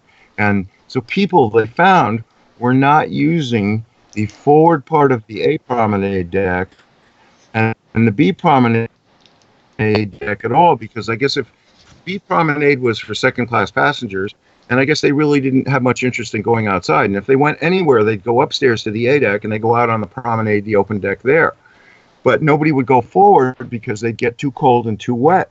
So Giannard decided to seal off the forward promenade deck of A with steel plates with sliding windows in them, and then put in some first class bathrooms with toilets. Now, when it sailed originally, there was only a few toilets. All the rest, it was a communal toilet. So if you wanted to use the bathroom, you left your stateroom, you went down the hall, and in that bathroom was a bathtub and a toilet and a sink. So that's what you had to use. But they decided, the White Star motto is the luxurious accommodations, that they should put in some bathrooms in these staterooms that they were putting up forward in the bow. And that's why you cannot reach a conclusion just based on the portholes, because both ships were modified in that way to put in bathrooms. And those are the smaller windows, the smaller portholes. And there were bigger portholes put in for the staterooms that were on the old promenade deck. Then they decided to turn the rest of the promenade deck forward anyway. And remember, this ship's 882 feet long. There is room for stuff. So they put in what they call the a la carte restaurant, and they put that right up to the outside wall ship, so you could sit there eating dinner and look out through the windows and see the ocean. And then they put in another thing called the Café Parisien. French cafe. So there were changes. Yeah, French cuisine. So there were changes that were made, and you don't know which visit to Harlan and Wolff those changes were made for which ship. And it will drive you nuts trying to figure out, because nobody can enter the Titanic on the bottom, which is really the Olympic. Nobody can enter it and see what all the particulars are going there. There's a danger that it might collapse. Now, the worst thing is different companies with ROVs. Now, I think you know that NASA just said that if you have $35,000, you can spend one night on the space station.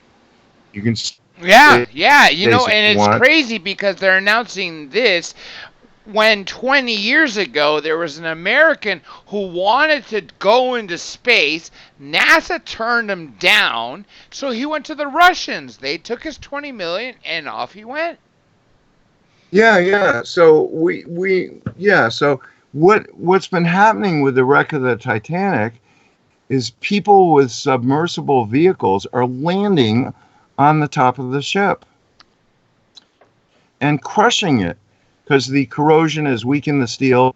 And now these visits, and the Russians were charging tourists to go in the submersible and land on the deck. So they were picking off all this stuff, like the mast had fallen over and there was a light on it. Well, the light's been seen for sale, and people go, well, where'd the mast go? Well, it must have corroded. No, it didn't corrode. Somebody stole it.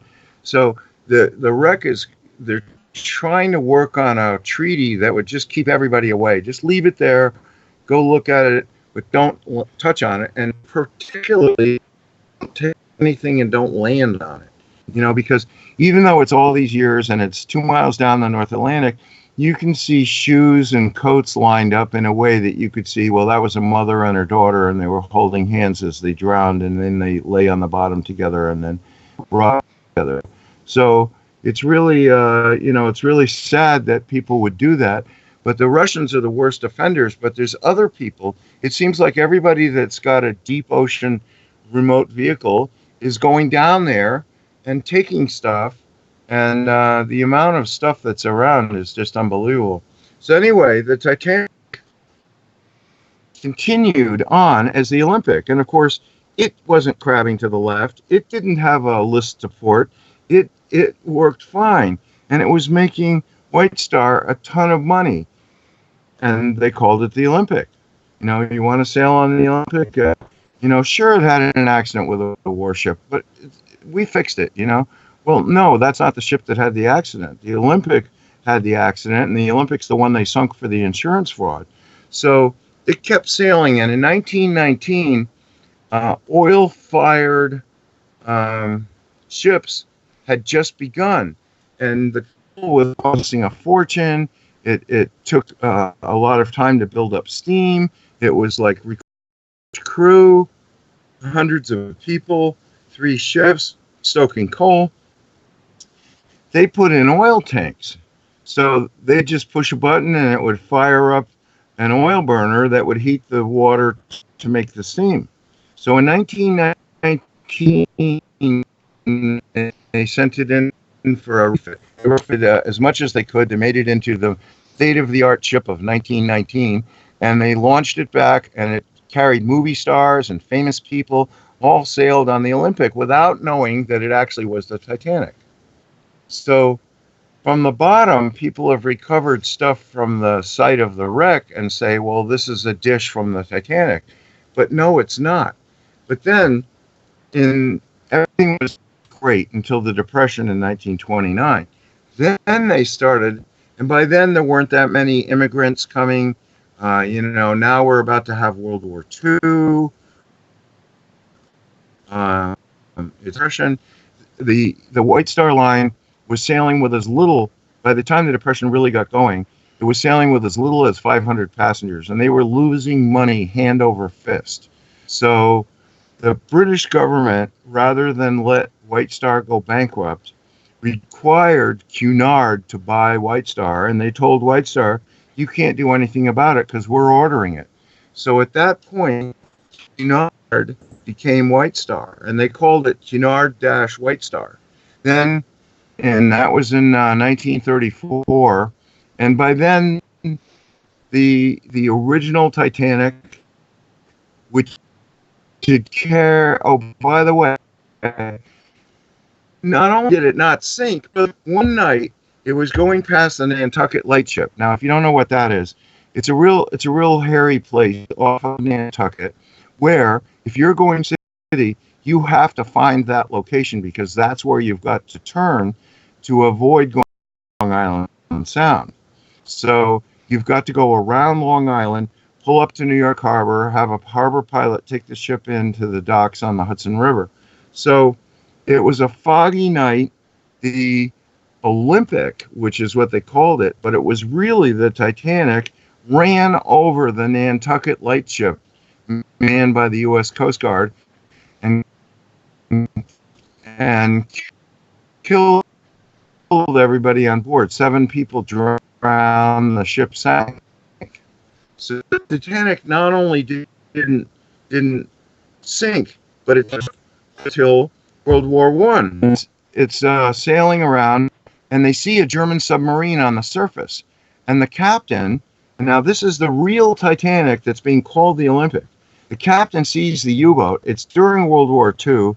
They're carrying troops and munitions and all kinds of stuff, and he knows the German is the enemy, and the U-boat, if it can dive and turn around and launch a torpedo, it's going to sink the Titanic. I mean, it's going to sink it. So the captain aims for the U-boat and rams it and sinks it. So now you have a ship that never sank actually sank 2 other ships, and at first they were like, "Oh, the White Star and the British government were like, wow, Marine, what are you, crazy?" And the French government goes, wow, what bravery. And they gave, I don't know who the king was at that time, but they gave him the Legion of Merit and the old medals of freedom and whatever. They just loaded him with medals and honored him so much that the British government reconsidered. They go, wow, we've got a real hero on our hand. He decided to sell it for scrap. So it was brought to Liverpool, where all the furnishings and the decorations on the inside were sold off, and people bought them. There are inns and hotels, even other ships that have part of the decor from what they thought was the Olympic, but actually is the real Titanic. And and then they brought the rest of the ship to Scotland, where it was stripped down and sold for scrap. So that was the end of the story of the Titanic. And it sailed over 2 million miles, and it carried over 2 million passengers. And it brought Canadians and Americans from the United States to England to join in on World War I. World War I started 1914.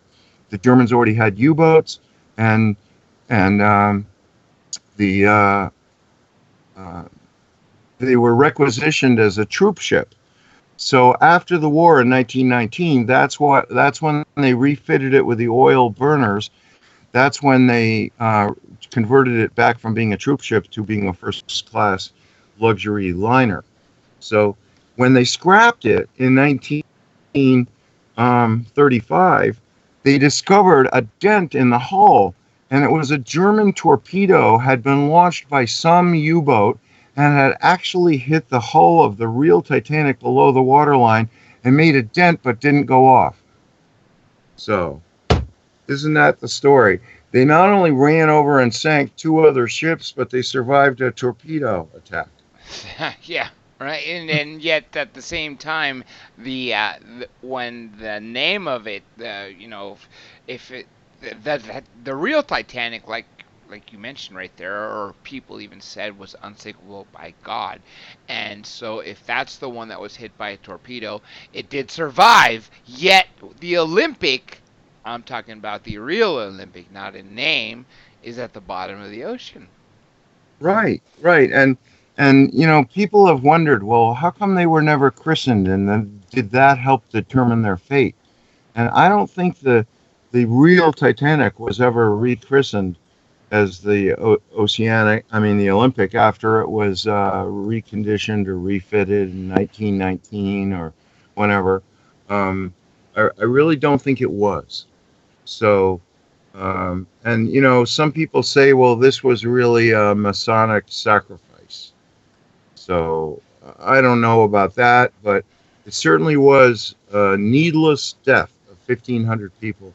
And as a result of that, you had to have 24-hour radio operators. Then as radio developed and there were different frequencies, then there was an international Mayday frequency, which I have a Coast Guard tower in my yard with, it's 200 feet tall, and it's for the U.S. Coast Guard. And if you have a Marine radio or know anything about it, there's 25 channels, and channel 16 is reserved only for emergency calls to the Coast Guard. Now, if there's anything else you want to add to the story, I was going to say there's not very many questions, but there is a couple that I could ask that I see here in chat. Yeah. Go ahead. Okay. If Third Phase of Moon, if the Cousins brothers are still listening, this is their question. What Sure. do you think James Cameron would say about this theory that the Olympic actually sunk and not the Titanic?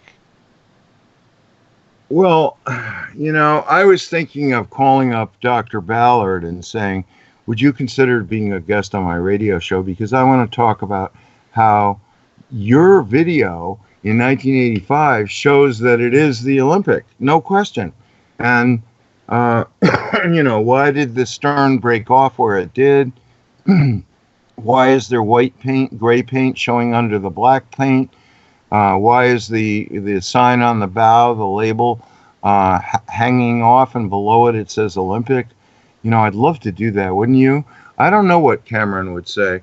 I have to think that you'd really have to be living with blinders on to not know that this story is out there. And the thing is let's say that you could just ask, is it believable? But yes, it is. Because look at the situation. The British government did not want J.P. Morgan to take all their ships just before World War I. The only reason the British even survived was the fact they had converted all those ships. They were requisitioned by the government to carry troops and munitions and everything else. So, and by the way, the Britannic was the third ship. It was finished later in 2014 or 1914 or 1915, I forget which. But anyway, the government had requisitioned all ships. So they requisitioned it as a hospital ship. And if you look up, it has the most interesting, call it the dazzle paint job. And it looks like different brightly colored lightning bolts. And I'm not sure how that disguises a ship when there's a U-boat looking through a periscope at it. I would think that would make it stand out even more, because what's with all these zigzag stripes? But it was sailing in the Mediterranean as a hospital ship, and it hit a German mine and sank in 1915. So the only one that survived was the real Titanic.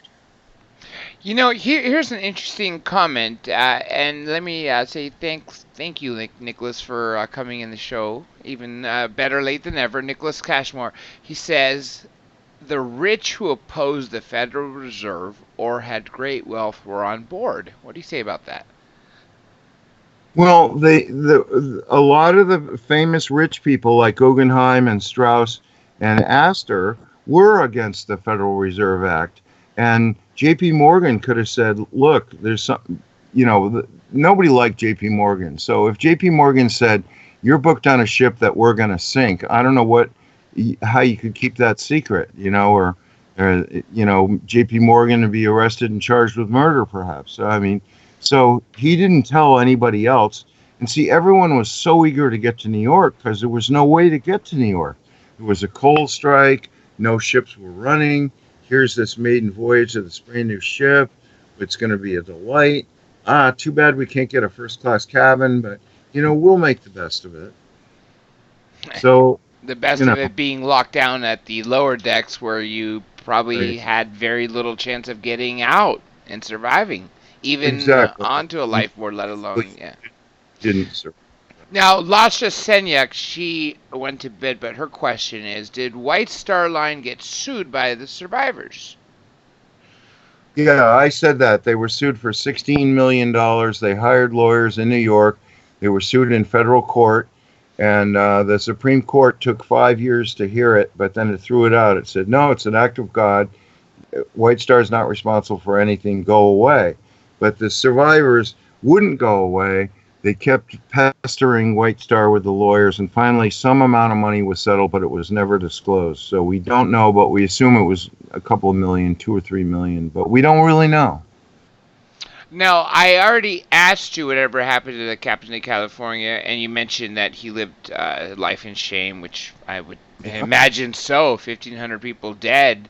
I'm surprised he wasn't But, murdered at it's that. so odd that in the hearings, they never said, what the hell were you doing sitting there in the ice fields? And they said, well, we came to a stop because of the ice. But all the other testimony was you could see the ice clear as day. That particular night, the ocean was the calmest that it had been for decades and the calmest that it had been for decades afterwards. There never was a night as calm as that with a visibility, even though it was by starlight, extreme visibility. And not only that, a German ship came along to the scene and saw a huge iceberg. I mean, it was huge.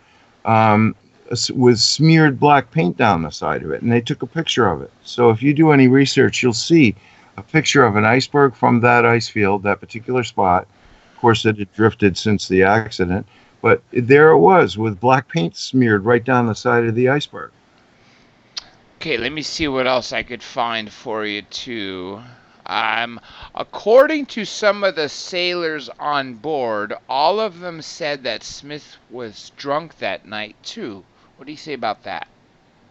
I've read and studied and listened to so much testimony. I never heard anything about Smith except that just before it sank, he was in the ballroom. So what the hell was he doing in the ballroom? But maybe he was having a last drink because he couldn't survive that. He knew that, he wasn't responsible for the 2 accidents with the Olympic, and he was sent out there to do a job, and it wasn't his fault that California didn't show up, but yet maybe it was, and there was no way he could go back to his family or his life at all, and he knew that. So I wouldn't mind him having a drink or two, but as to whether he had a drink before they hit the iceberg, no way.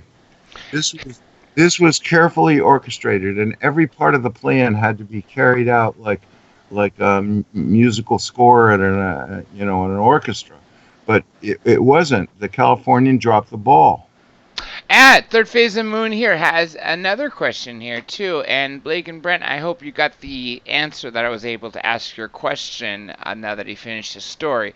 What would Plan B have it been if the iceberg did not sink the boat? Good question. Well, I think they made sure of that. They knew that all the plates had been popped on the starboard side once, so they had to hit at the iceberg on the starboard side, and it just wouldn't survive that. They knew that.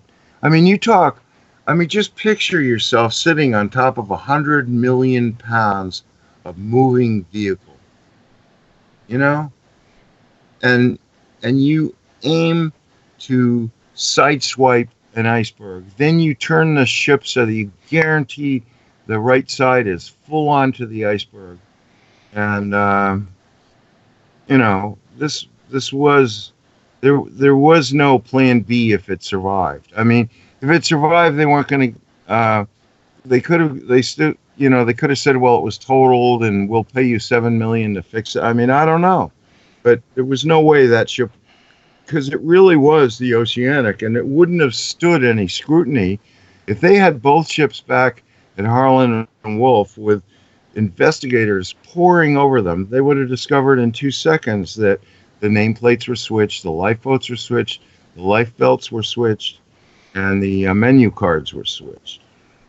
Now, before I ask this other question, which you did actually answer, I've read about a lifeboat that was salvaged.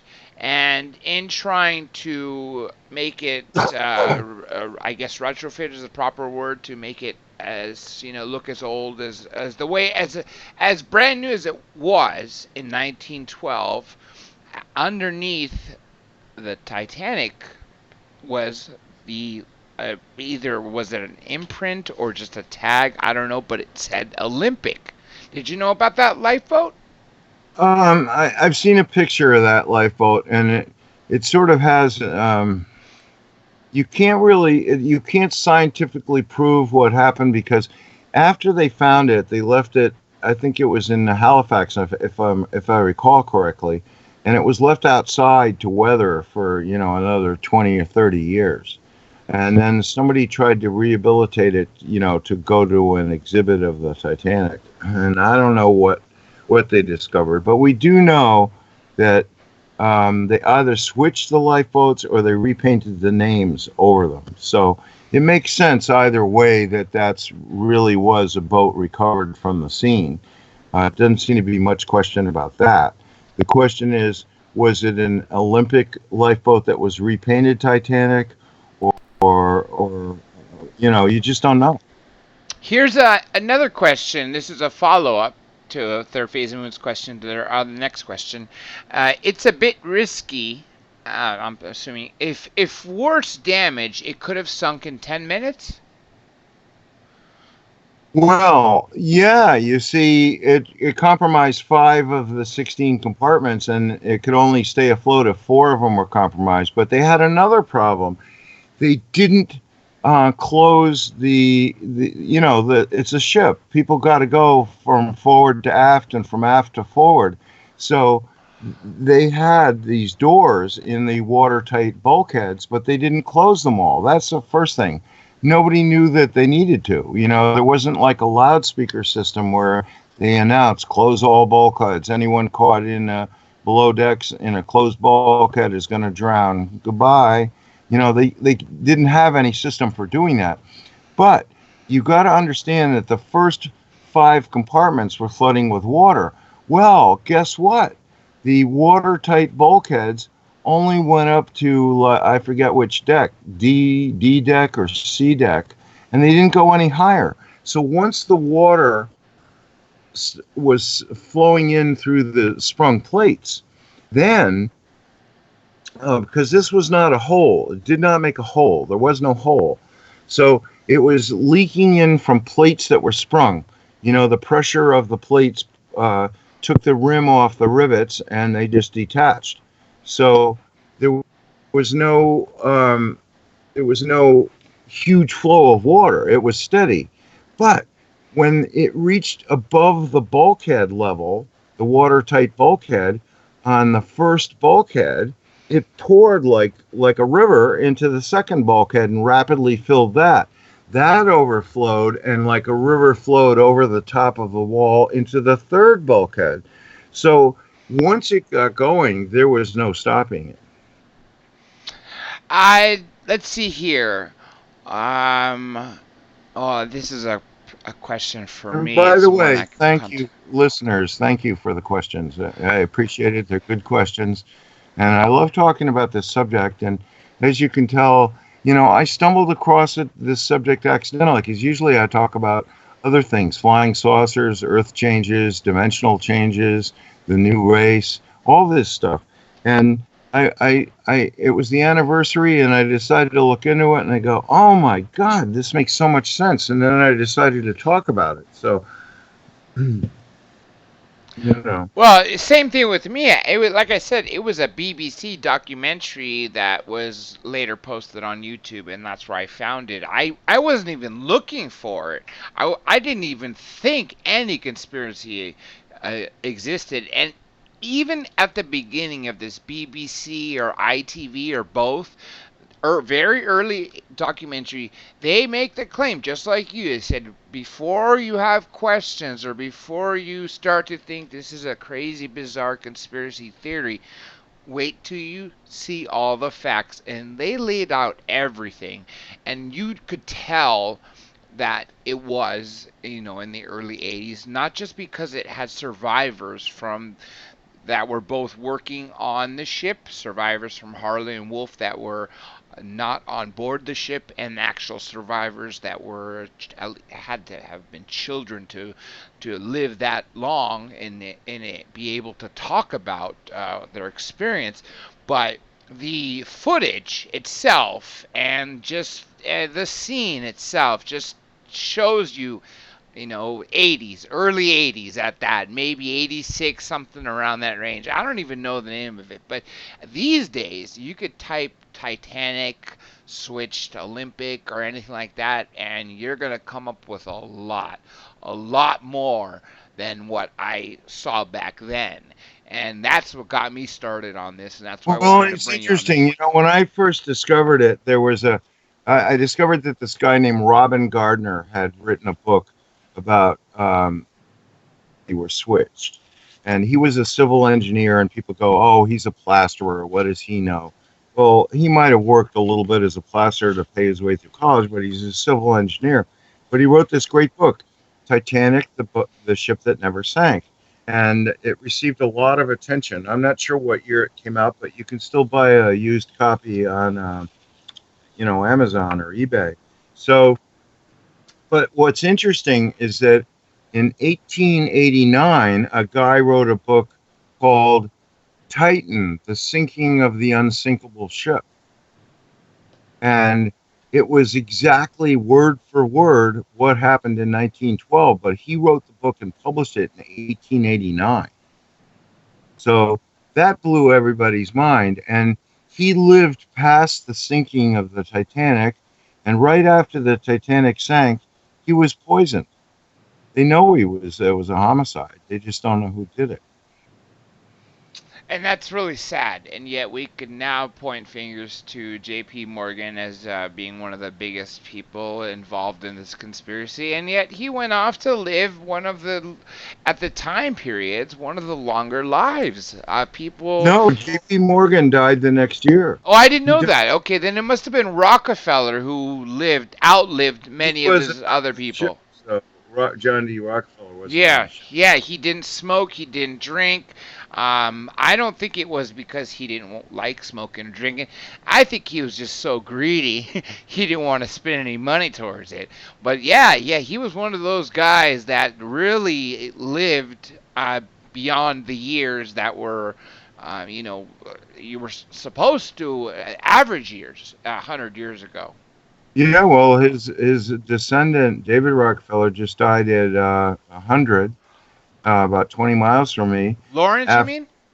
no, David Rockefeller, David. the owner of Chase Manhattan Bank and the Yes, Rockefeller yes, Foundation. yes. David Rockefeller, he had 6 heart transplants, but he built his own hospital in his house on Hardwood Island and Bartlett's Island. And it was funny because Janet and I were over there. That's my wife, Janet Stanley. She's going to be a guest on your show next Monday. She and I were over there visiting our family, and we happened to be near the dock where they go out to Bartlett's Island. And we pulled up and we were looking at it. And then we turned on the radio and we heard that David Rockefeller just died. So that was interesting that we were there to see that. We didn't I see him die, This but is actually totally off the topic, but I'm gonna ask it anyway. This is from Rolf Pfeiffer Muller, and I want to thank you, Rolf, for sending me all the awakening data. What do you think regarding Christopher Columbus, where he saw the lights at the sea? oh, that's absolutely true because it was written in the journals, the log, the ship's log. Yeah. So Couple yeah, days that's before he that's really found land. Yeah, you know what? As a matter of fact, if you look back at every major historical well. See, event, they that's sort of can't what happened. right. They can't come and steer your boat for you. They can't write you a note and say go southwest 10 knots and then for an hour and then go northwest and you'll get there. They can't do that. But what they can do, it's sort of like angels or whatever. They're prohibited, extraterrestrials are prohibited from interfering with life on Earth. But they can influence you telepathically and give you inspiration and guidance. So you say, well, I was thinking about it last night and I think we're going to go northwest right now. You see? And you wouldn't know where that came from, but that would be, the result of their guidance. And so that's the kind of thing they do. And yeah, I'm absolutely convinced that, and not only that, but the orange ships are the 100% human zetas. So I'm sure that the Zeta Reticulis, they call them the Greys, but they are 100% human. But I'm not going to talk about that now. That'll be for another show. Another But I one, yeah. can explain all of that to you guys.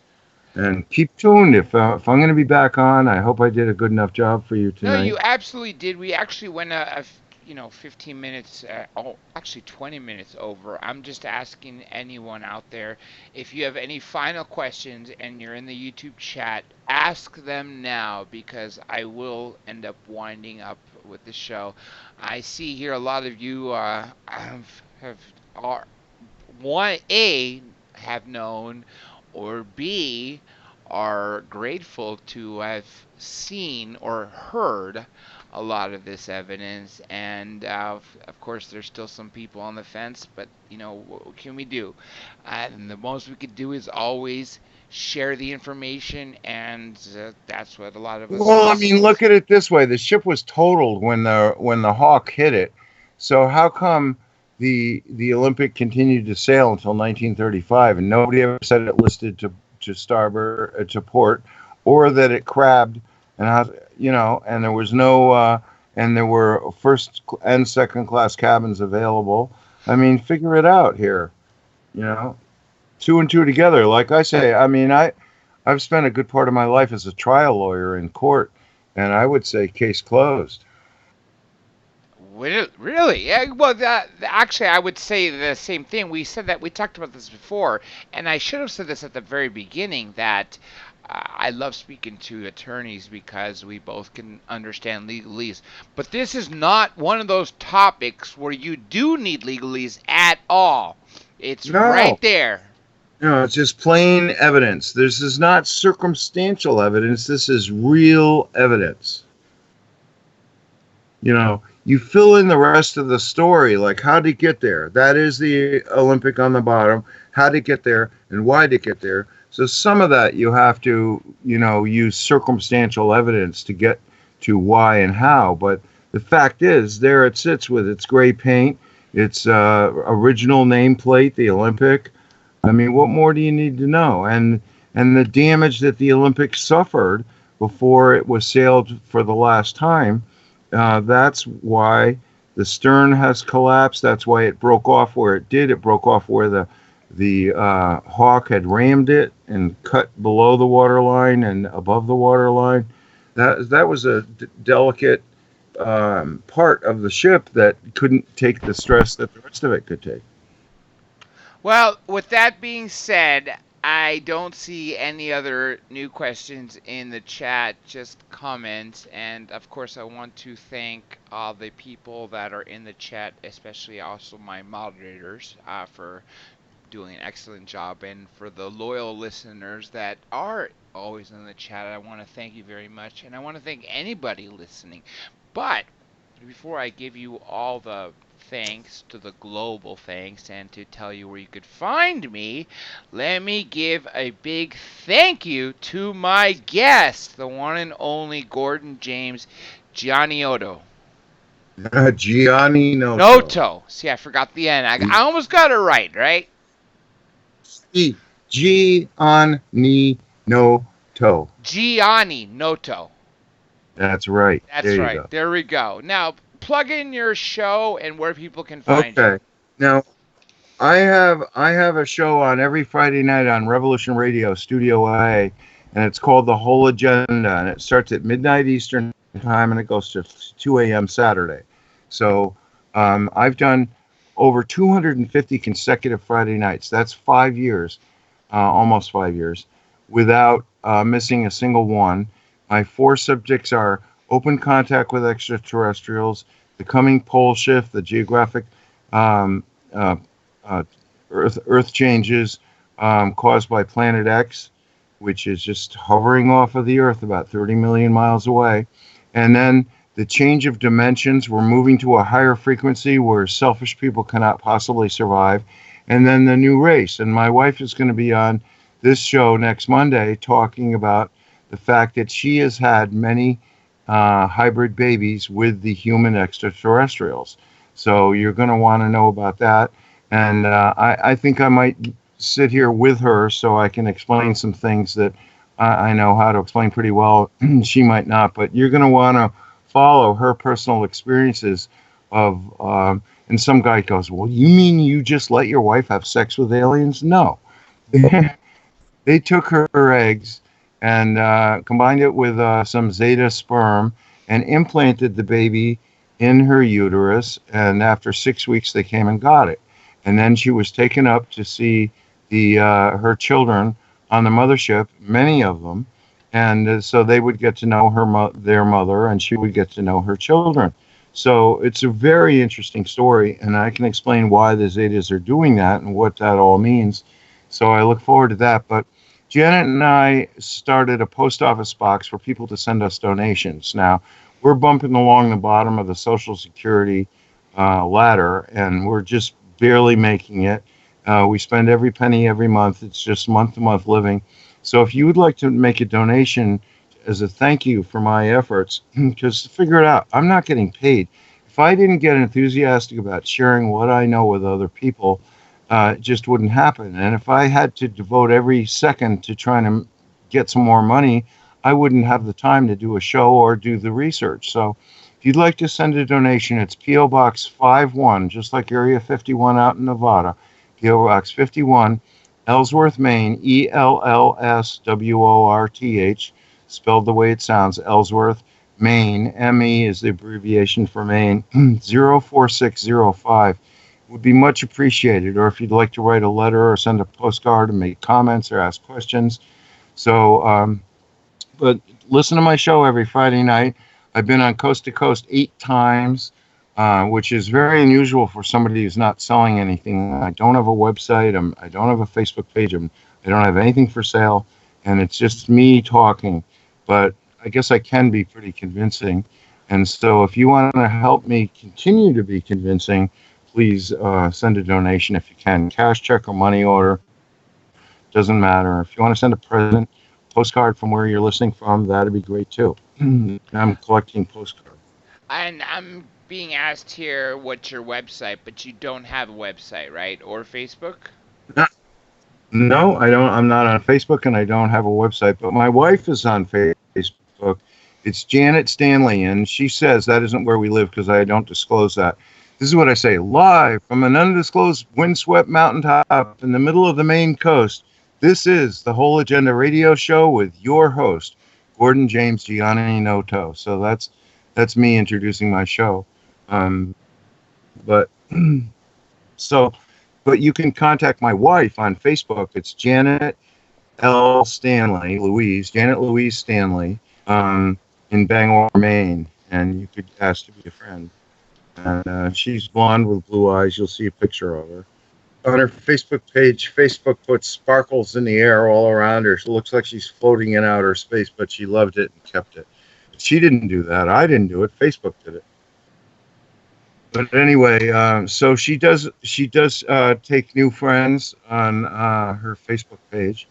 But other than that, my plan for this year is to try and write a book about Planet X.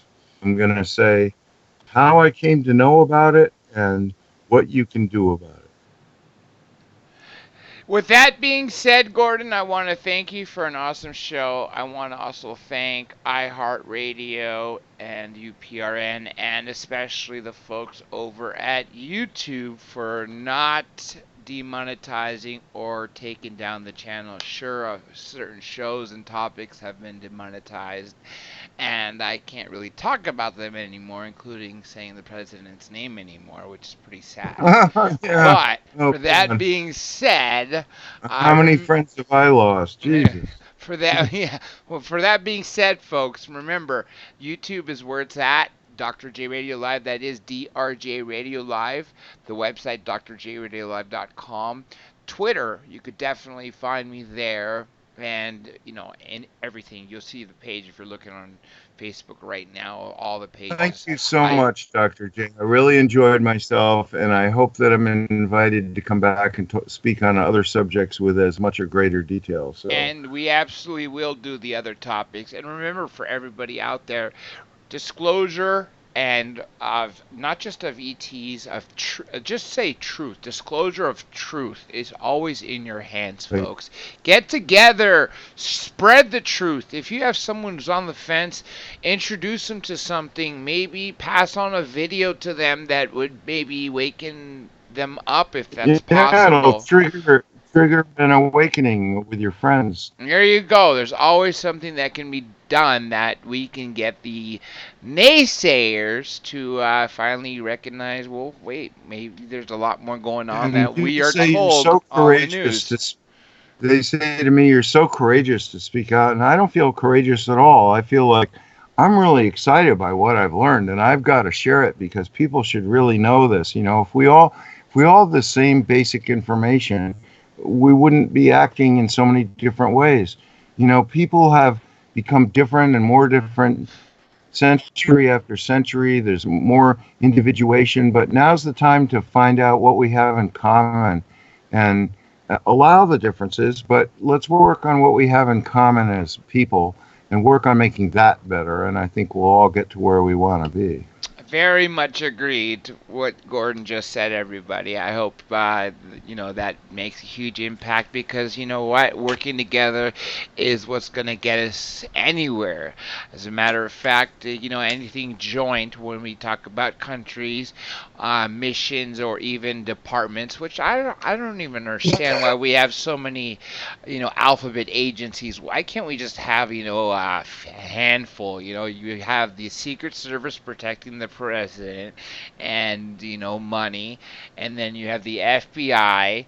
Why doesn't the FBI handle what the DEA does? Why do you need if you have the FBI, CIA, a Secret Service, really everything else, Department of Homeland Security, TSA, which I always argue is just a complete waste of time. When I flew to Hawaii, it Well, was that's what totally just bureaucracy there. waste. Bureaucrats are only half people. Well, And TSA, if I always say, is too scared the Americans government in. gets more money, it's going to just create more bureaucrats. And you know that, and I know that. Yes. And with that being said, folks, remember, DRJ Radio Live is the username for everything. Patreon, I highly suggest you go there, get some perks that you're not going to get from just YouTube alone. Some exclusives that I'm going to give you folks over there. And also, of course, since you are on YouTube, please share the video and spread it. And if you enjoyed yesterday, where I instead of showing you pictures and slideshows, I actually streamed a video underneath the guest. I would definitely like the feedback on that because I'm going to try to pull that off tomorrow as long as I don't get flagged again. But I'm working on that. With that being said, folks, hey, it has been a true pleasure, and I look forward to seeing you all on Thursday.